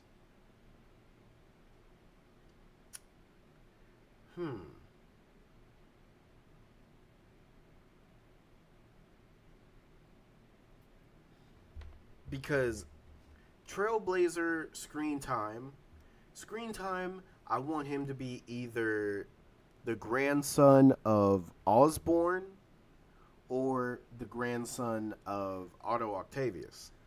Trailblazer, she gets her powers from stealing an artifact from Victor Von Doom. Yeah, the Art of Yancey Street. Hey, it could be cool. Because also, the reason why I want Safe Space, this dude, I want him to learn as much as he can from the Fantastic Four. Honestly, I kind of want him to be a numbered member of the Fantastic Four, Like, just a person that they call if they need help with anything. Because I was thinking of this cool team up between him and Sue Storm, where they combine their force fields, and they create like a force field that's impenetrable. And I just think that would be cool, really. Now, Snowflake. Here's where I want to keep the snowflake-shaped shurikens, right? Because that's a cool thing. It's cool. But should she have ice powers?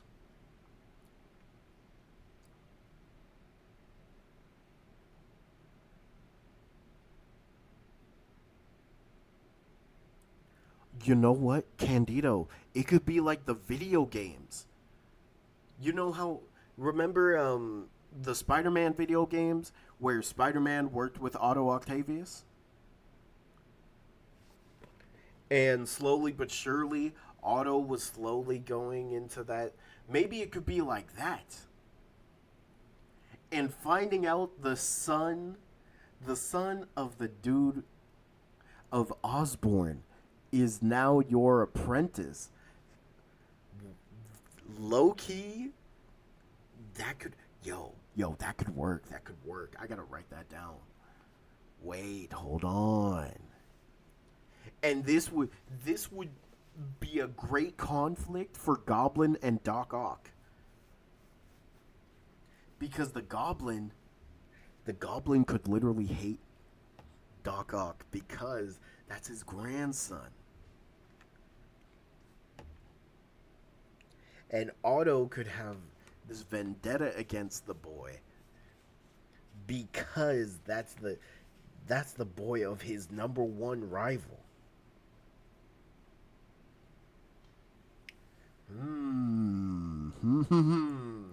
Hold on. That could work. That could work. Now, okay. Safe Space and Snowflake. Should Snowflake have ice powers? Should she have ice powers? How many ice power individuals do we have in Marvel? Me and Custom should be starting up our Grimjow and Lucci versus battle. Oh.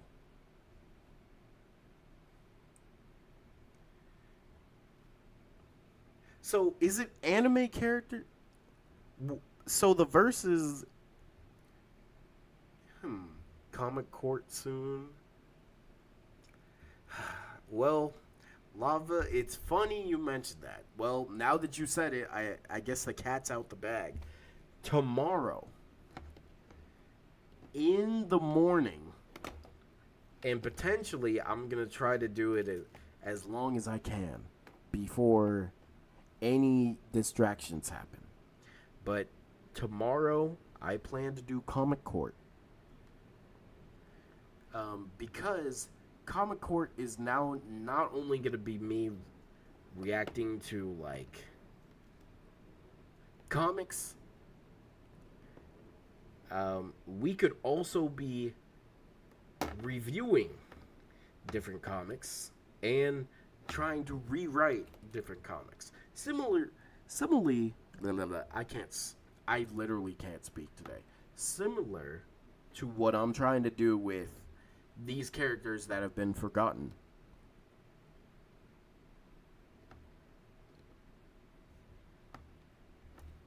So basically, Comic Court is now going to be bigger than it should be. So I'll be able to show you guys my own comics. Well, my own ideas for comics.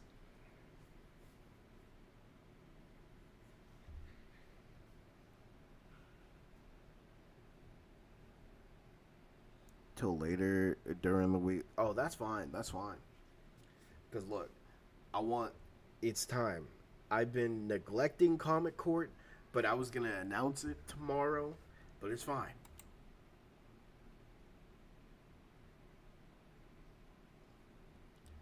But yes, I'm thinking I make Comic Court a place where I can kind of nerd out, create what I want to create, not care. So that's what I'm gonna do.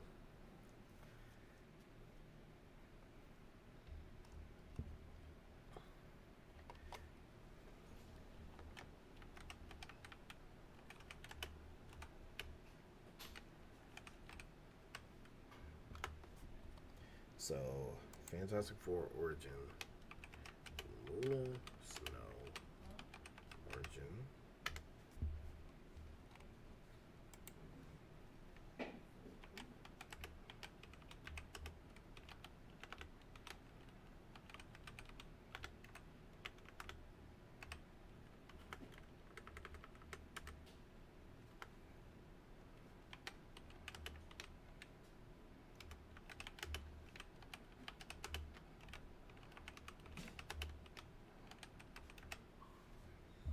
Okay. So, Fantastic Four Origin.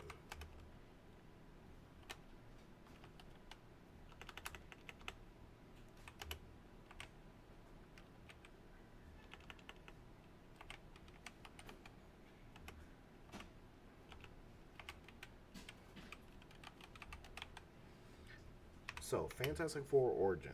Box of background. Um,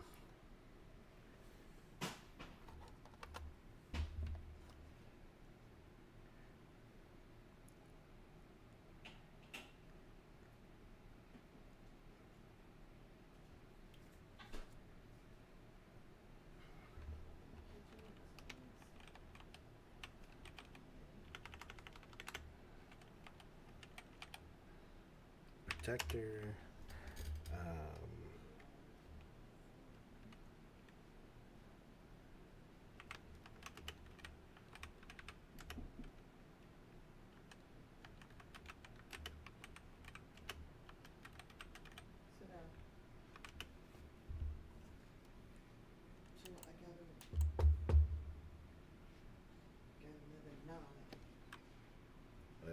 Good.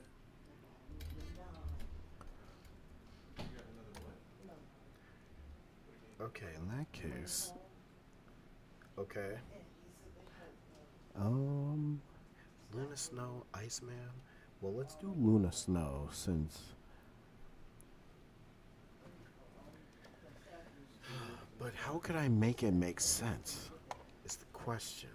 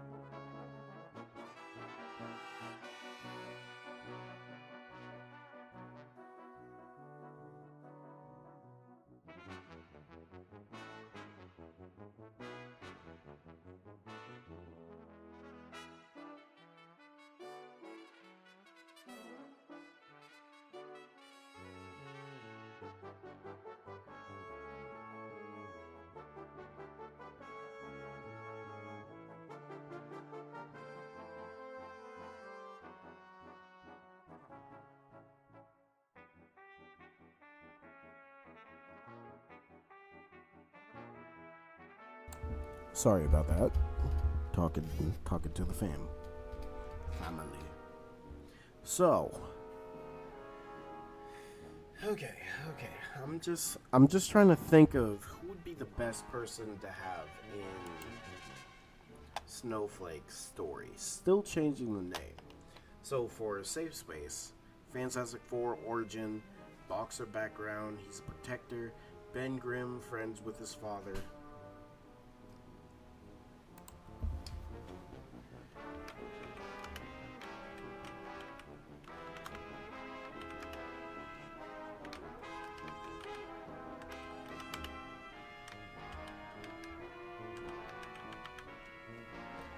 Sue Storm is his mentor in force fields.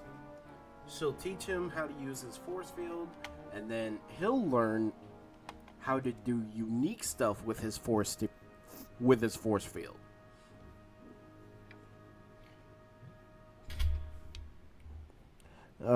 Let's see. Related to a frost giant. Frost giant DNA, huh? Ymir. Frost giant DNA.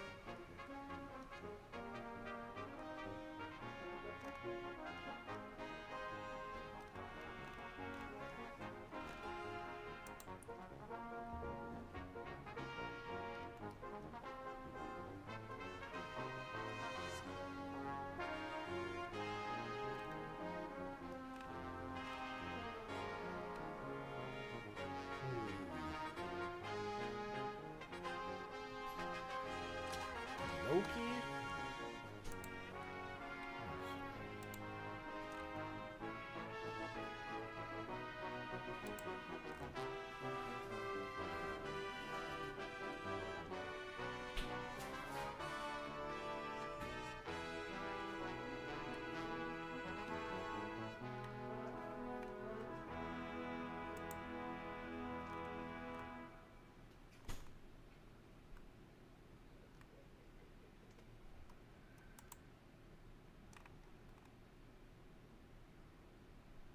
Hold on.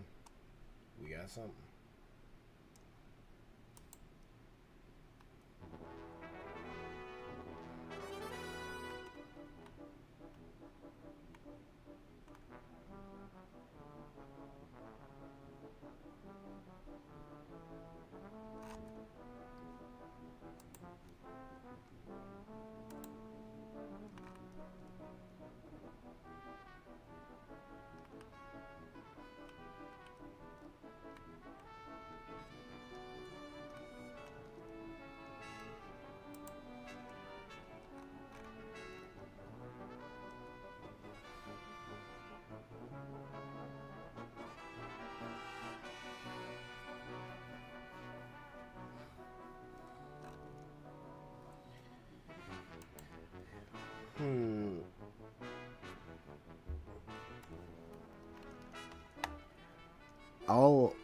But is she powerful or street level?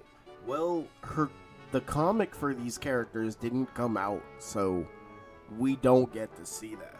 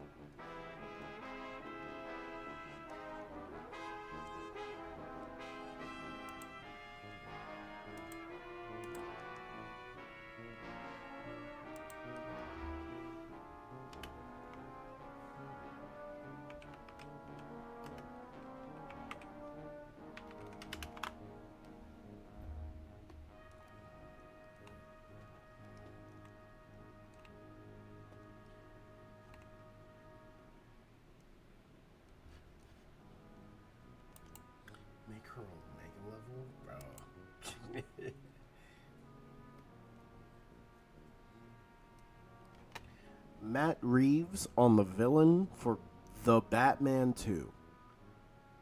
Okay, so the villain for The Batman 2. It's never really been done in a movie before. Ooh, there's so many villains from Batman's Rogue Gallery. Like, they could do Hush.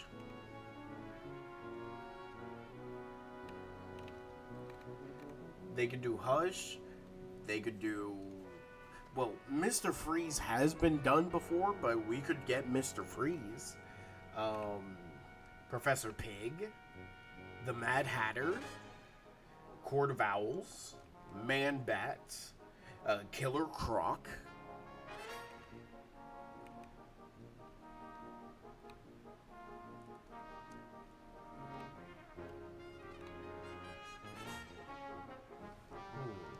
There's a good amount of characters, honestly.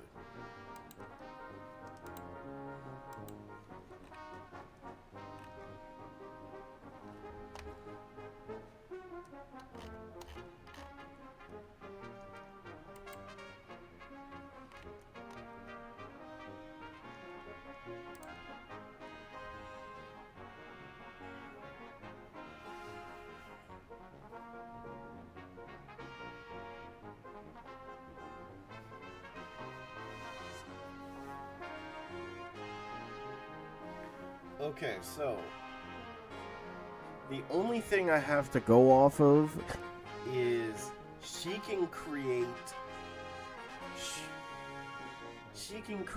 snowflake like shurikens.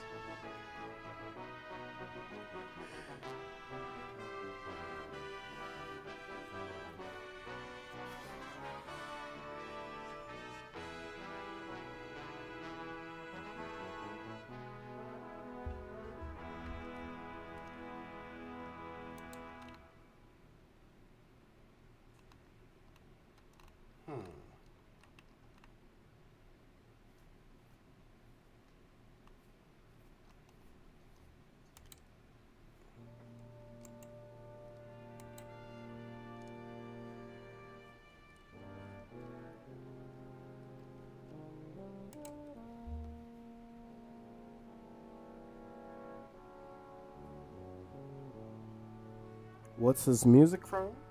Zelda. The Zelda series.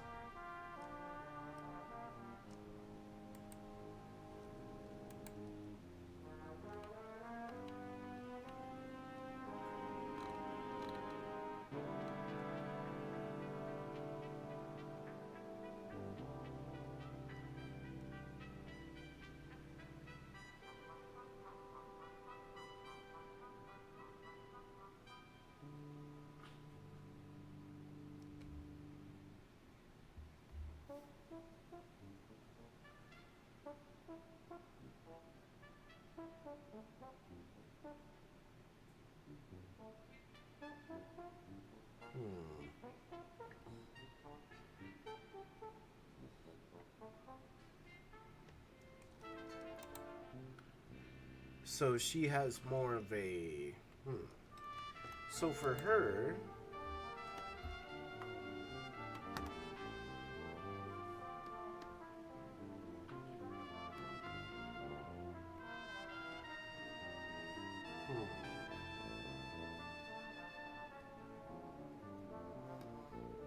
She can freeze you from the inside out with a touch, like Rogue. Oh, so she would have like absolute zero ice shurikens.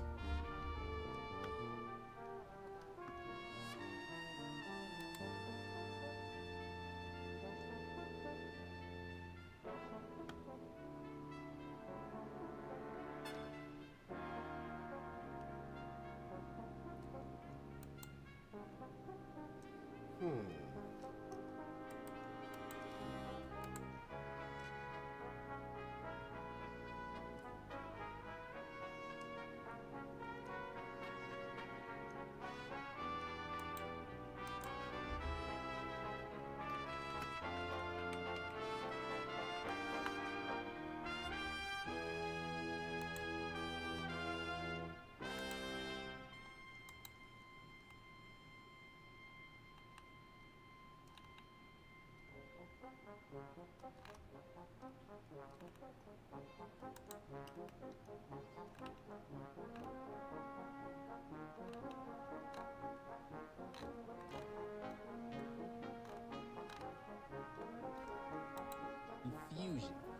Once you learn to channel it, preferably on a blunted or sharpened weapon.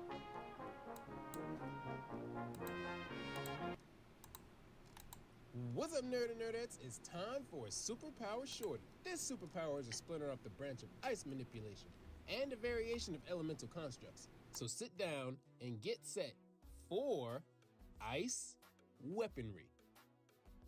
With the ability to create a chill that kills in order to pay the bills, users of this cool, but also extremely harmful power can create or wield weaponry with power over ice, which grants the user a wide variety of ice and possibly cold-based abilities. This ability is not only specific to mystic weapons, but also technologically advanced weapons, if the means of creating one exists for the user. And the power of the weapons depends on what they were created for and what level of ice-based ability they're intended to possess. An interesting thing about this ability that gives it a little bit of depth, I guess, for those who like to be creative, is that ice and lower temperatures are associated with preservation and stagnation, and on the more esoteric side of the scale, death, undeath, or evil, while ghosts and similar spirits are associated with a lack of warmth because they don't have bodies that create heat and sustain life, all that other stuff. But long story short, anything can be frozen if enough heat is either absorbed or lost, causing an object to become brittle and thus easier to break. But anyway, this power snatches its themes from its parent superpower, ice manipulation, with the cultural and symbolic meanings literally translating to this power. So, if you want more information on how this power can be used, or just want a source you can relate it to, then check out my video on ice manipulation. You'll get to hear an analysis of what the power really means, as well as how it's helped shape the world, and via that, how the world has helped shape this power. The link is in the description. And while you're at it, do me a favor and hit that like and subscribe button too. This ability will be a breeze to get through, so just do us all a favor and hit that share button to pass that info on as well. Now, with the power to wield ice weapons comes the natural ability to create, shape, or generate ice-based weaponry. And so I don't forget, let's just add ice generation or ice manipulation to that as well. Ain't much of a frost-based weapon if you don't actually create ice. You could then use the ice you created or control and merge it with existing weaponry via ice infusion. Once you learn to channel it, preferably on a blunted or sharpened weapon, it doesn't matter, take your pick, you would be able to attack others, cutting, slicing, or smashing to your heart's content, and then afterwards sending temperatures so low through the wound that it'll begin to frost over through a 1-2 combo of slicing or smashing first, and then freezing as an after effect, with freezing slash. That ability opens the door for numerous other nasty side effects such as freezing, which is normally shown to be the result of censorship, versus showing lower temperatures not only damaging and causing irreparable cell death via frostbite, or causing the target to become brittle because of the lack of warmth. Just a little headcanon, the previous applies to weapons that existed before the ice, not as a direct cause of it. If you want a more fantastical version of ice weaponry, or I guess a less fantastical version, depending on how you look at it, in addition to the previous, you could take this ability a step beyond and create ice-based weaponry through ice constructs. And taking that ability, you can specialize in long-range attacks via ice artillery. If we were to work our way up from that near endless list while still being concise, ice bow construction allows you to create bows and or arrows from frost or frozen matter. And cryo bomb generation allows the user to create or launch explosive constructs with freezing properties. From there, we get into the melee class, those who like the physical exertion of wielding the ice-based weaponry they create. Cryokinetic pole arm construction allows you to create glaives, pole axes, pillars, spears, scythes, tridents, etc., completely out of ice. Ice and lower temperatures are associated with stagnation and the elimination of any movement. That aspect can give the appearance of superhuman strength as the opposing molecules have no integrity, allowing the user to smash through most objects with way less force needed than normal. But for those who feel more confident than the previous users, then cryokinetic blade construction is waiting on you. The best part about this ability is that, like mentioned earlier, and if you're dealing with a sentient creature with, I don't know, nerve endings? Pure cold and or ice coming in contact with them will introduce them to new levels of pain they never thought they could experience. It's well known that cold temperatures cause things to contract in most cases. So if I had to just think of a quick answer for that real quick, I guess the ice weapon would be hitting more nerves than it normally would, so we can add pain inducement to that as well. While on the same hand, or other hand, or both hands at the same time, you can use ice to form or empower razor-sharp claws for various offensive purposes. So with that mouthful, we can add cryokinetic claws to the list. And to wrap this up, since we're talking about bladed or piercing weapons, why not add the ability to use the ice generated to slice through objects in a manner very similar to before, but instead of using the ice as an after effect, you use the ice itself to cut through things via ice cutting. And there you have it. Ice weaponry in a nutshell. I think I've said all I can about this power, so check out his parent powers if you want shit versus showing lower temperatures not only damage step beyond and create ice.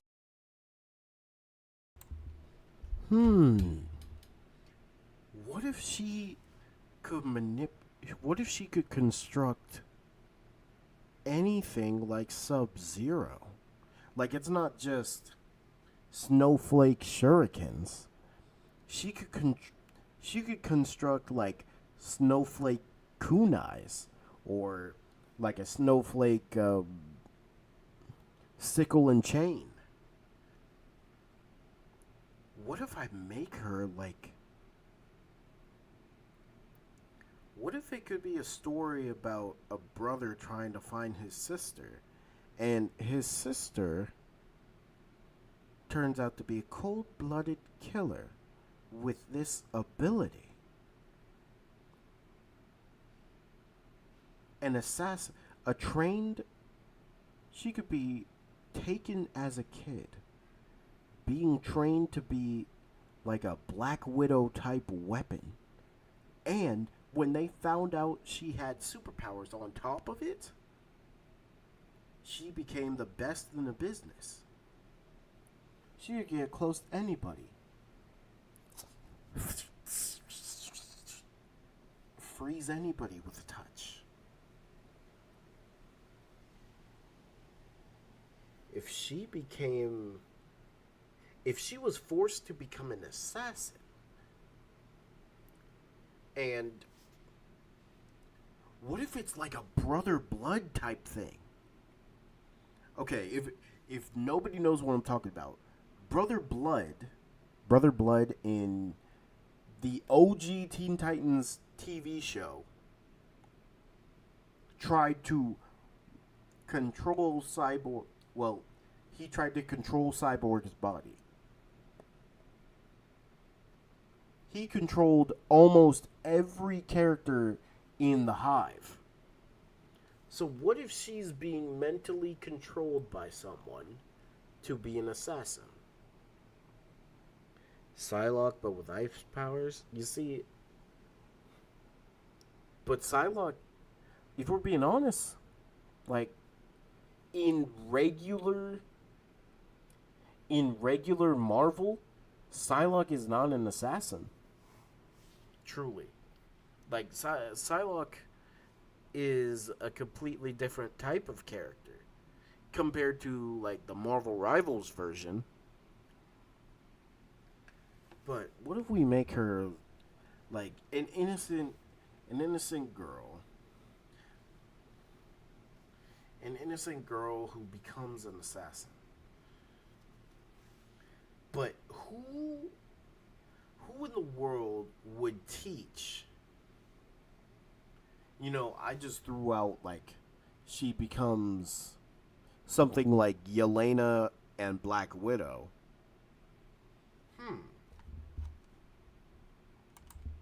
But what if?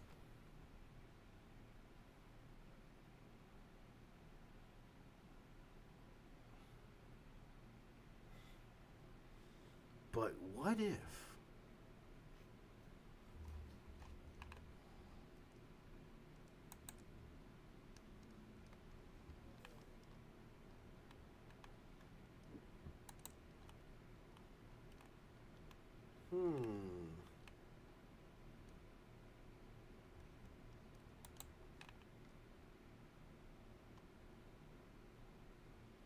someone who would understand her having ice powers, I think I still want it to be tied to Luna Snow.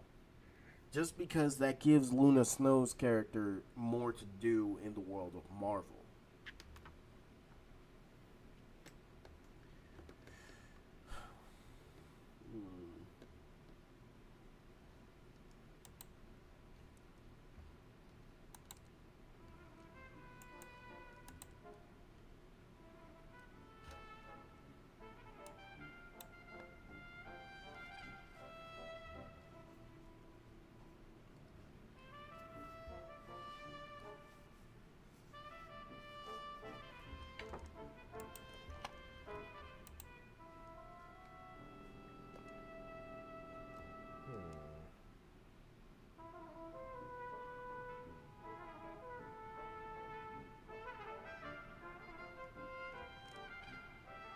I would throw Bobby in this too.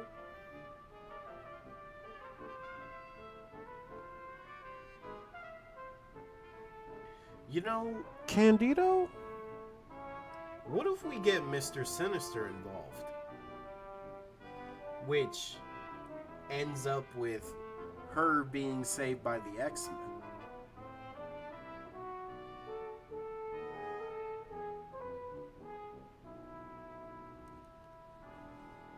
Because technically, we could try... We could... Oh, God. Okay, new idea that just came to my mind. Mr. Sinister could get involved because he's trying to create Omega level mutants. And he finds a young girl with ice powers. So he's trying to create an Omega level ice mutant that's on the level of Iceman. Trying to basically recreate one of the strongest Omega levels. Omega level mutants out there. Who better? Who better than trying to recreate the man who can manipulate all types of ice?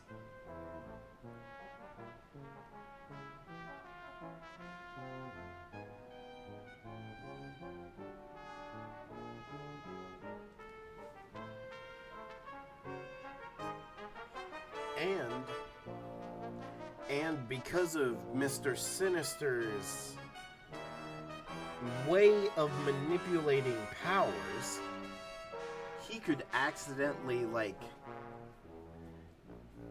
make her stronger and more unstable with her powers than she realized.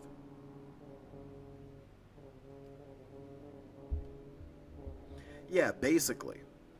So, what I'm thinking is, Mr. Sinister could find young children with superpowers and have them in these test tubes,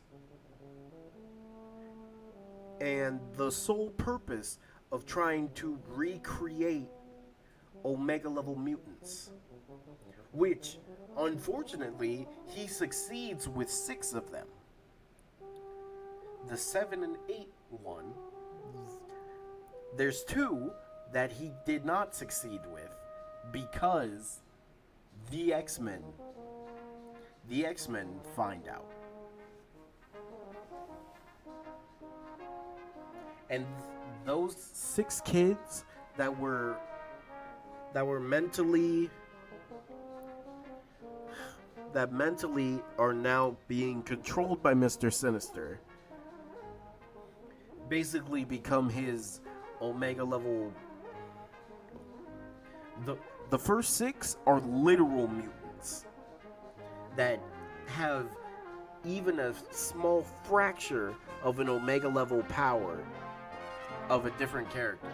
Like, there's a telekinesis character, there's a dude who can manipulate flames, even though it's like a small little ember. There's also a guy who can create anything.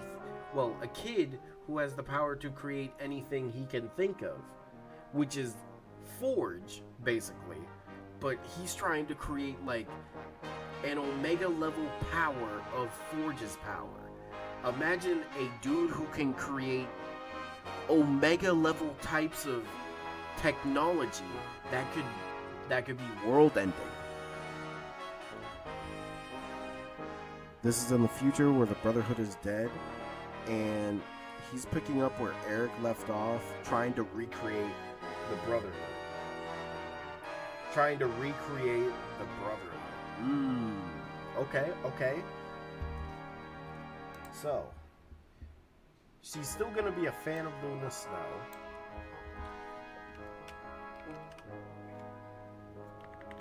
Yeah, I still want her to be a fan of Luna Snow.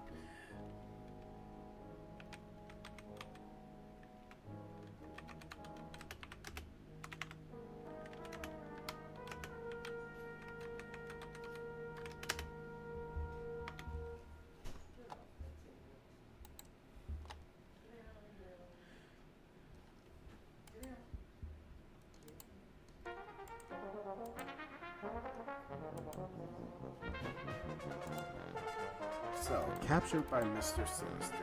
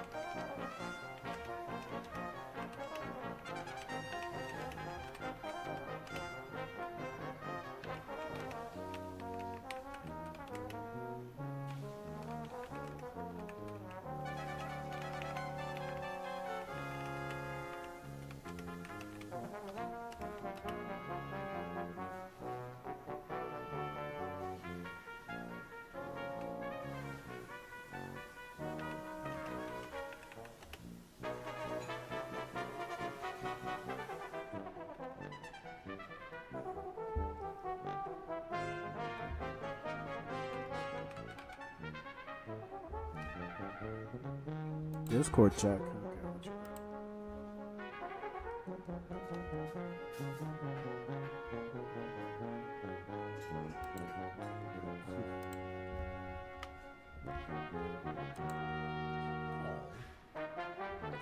So let's see.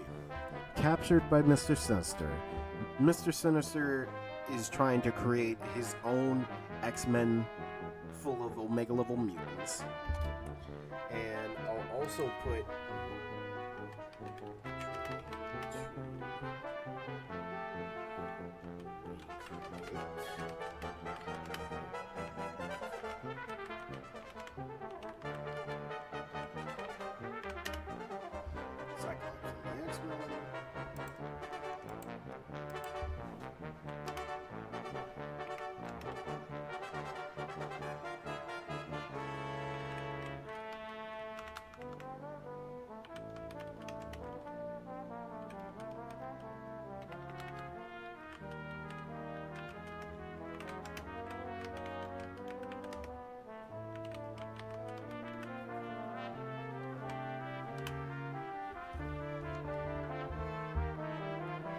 yeah, I do see that.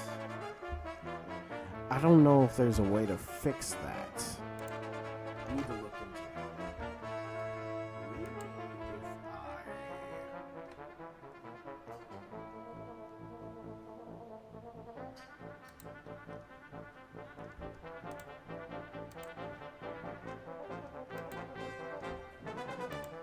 well, this works. I hope.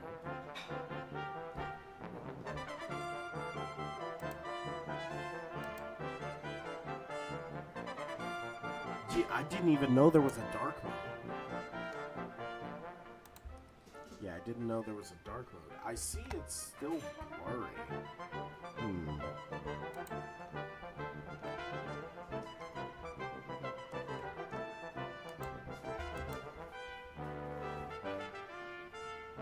Says Green Time is the son of Gladiator and And as he gets stronger, every time he feels confident, but he's more powerful than his father by Mr. Sinister. Screen time? I like the idea, but honestly, let's save that for a different character.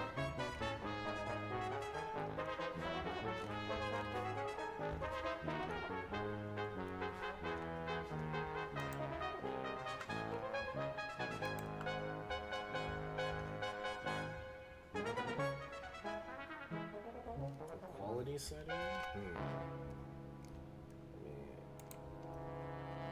check. Should be.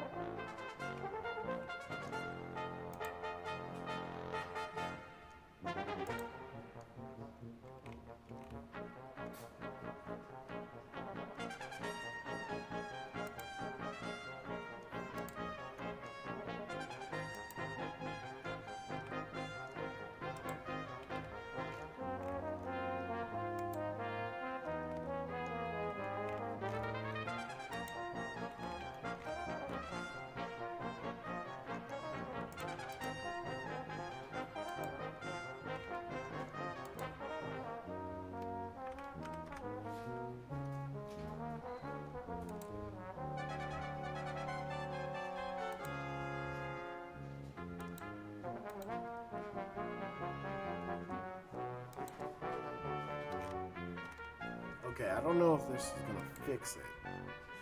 No, it still looks blurry.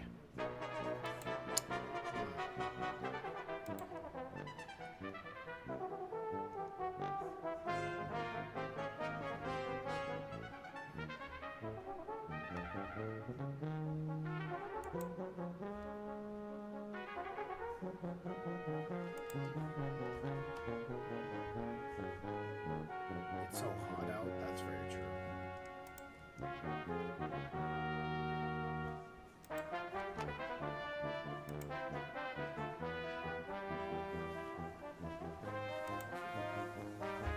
Hold on, let me see. Yeah, that looks blurry. Okay, we're gonna fix that. I'm gonna fix that. Just give me time.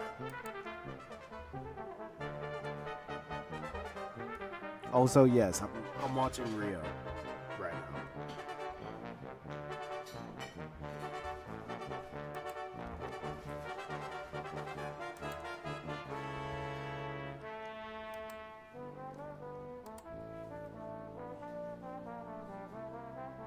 Okay. His name would change. Yeah, look, I'm still going to change at least like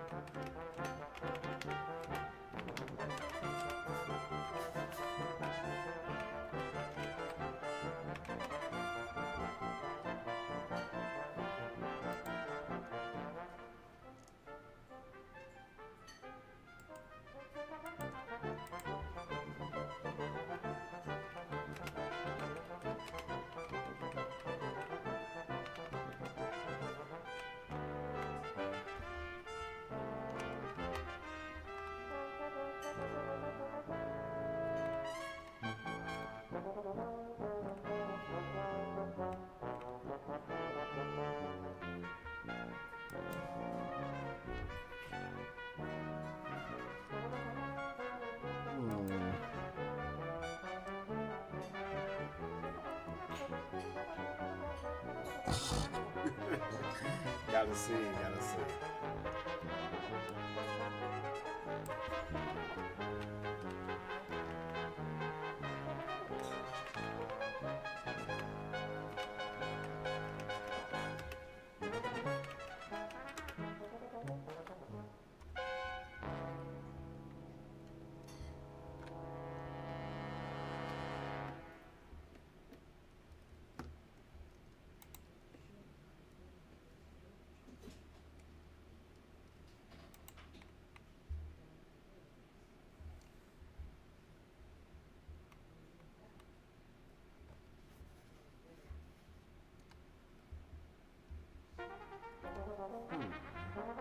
You ever look at a word too long and question its spelling?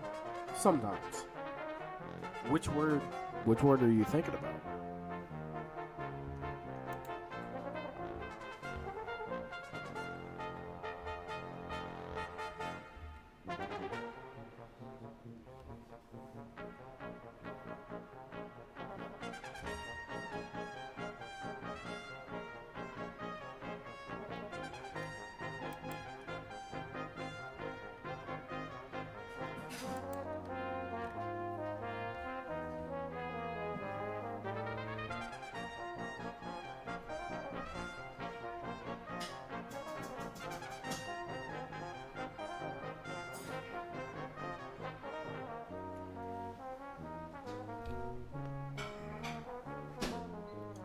Okay.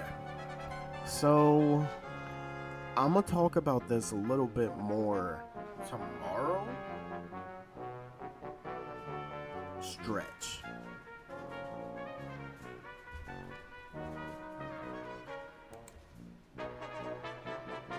Dang, that's bright.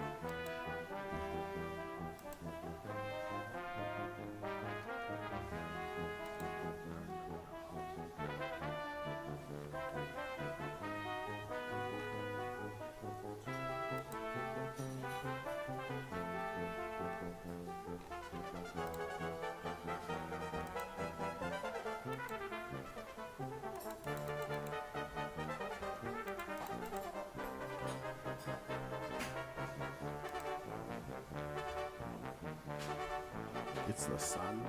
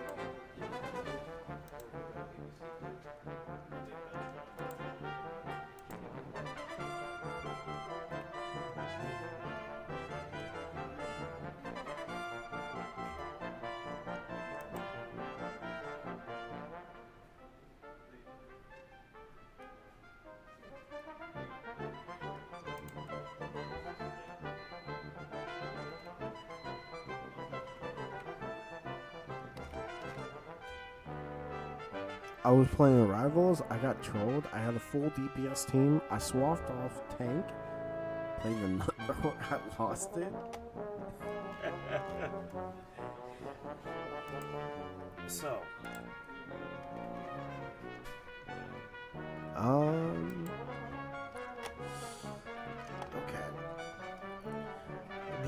I'm gonna work on trying to fix this so it's not blurry.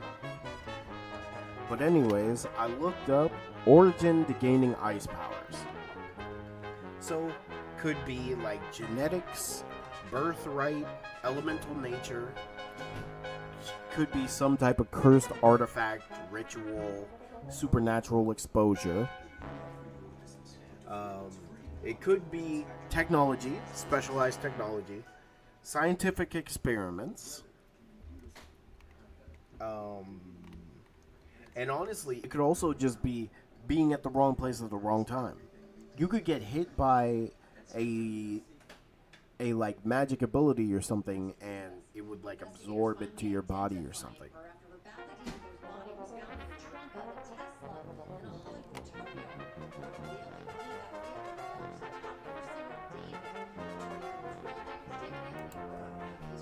Yo, what's up, Shizuru? How you doing?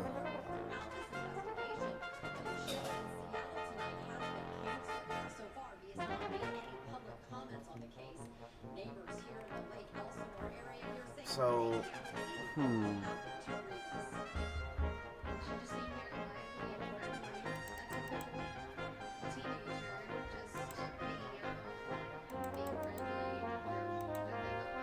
Okay, so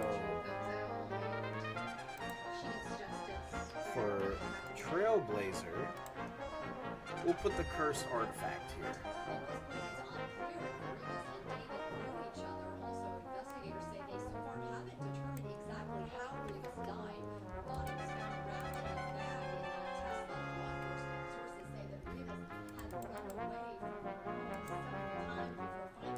Tragic backstory.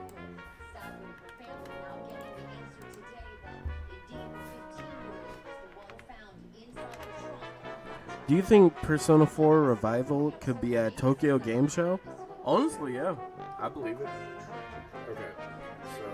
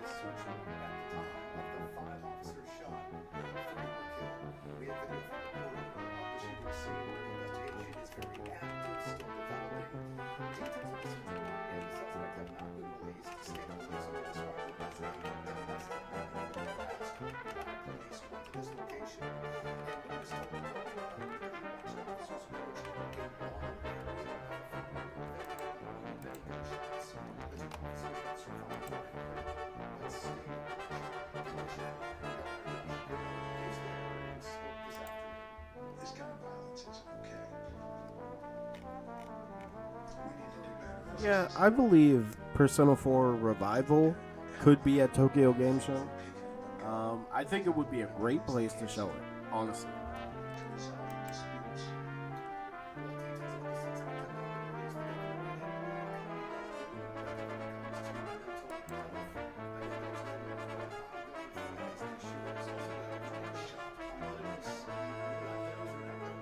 Alright, but unfortunately,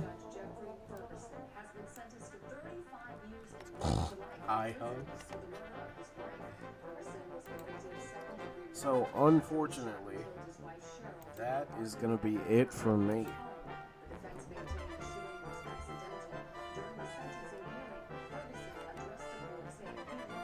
Yeah, that's gonna be it for me. So, I'm really excited for that game because Persona 4 Golden is up there. Honestly, Persona 4 Golden is such a good Persona game. It really is. I like to order an iHug from iHall. I love it. But I am going to have to see y'all later. Thank you all. Hope you all have a good rest of your day or night, whatever time zone. One more stream today. One more. I'm still debating if I want to play Borderlands or Withering Waves. Either one. So just be on the lookout. And with that, I go. Peace out, y'all.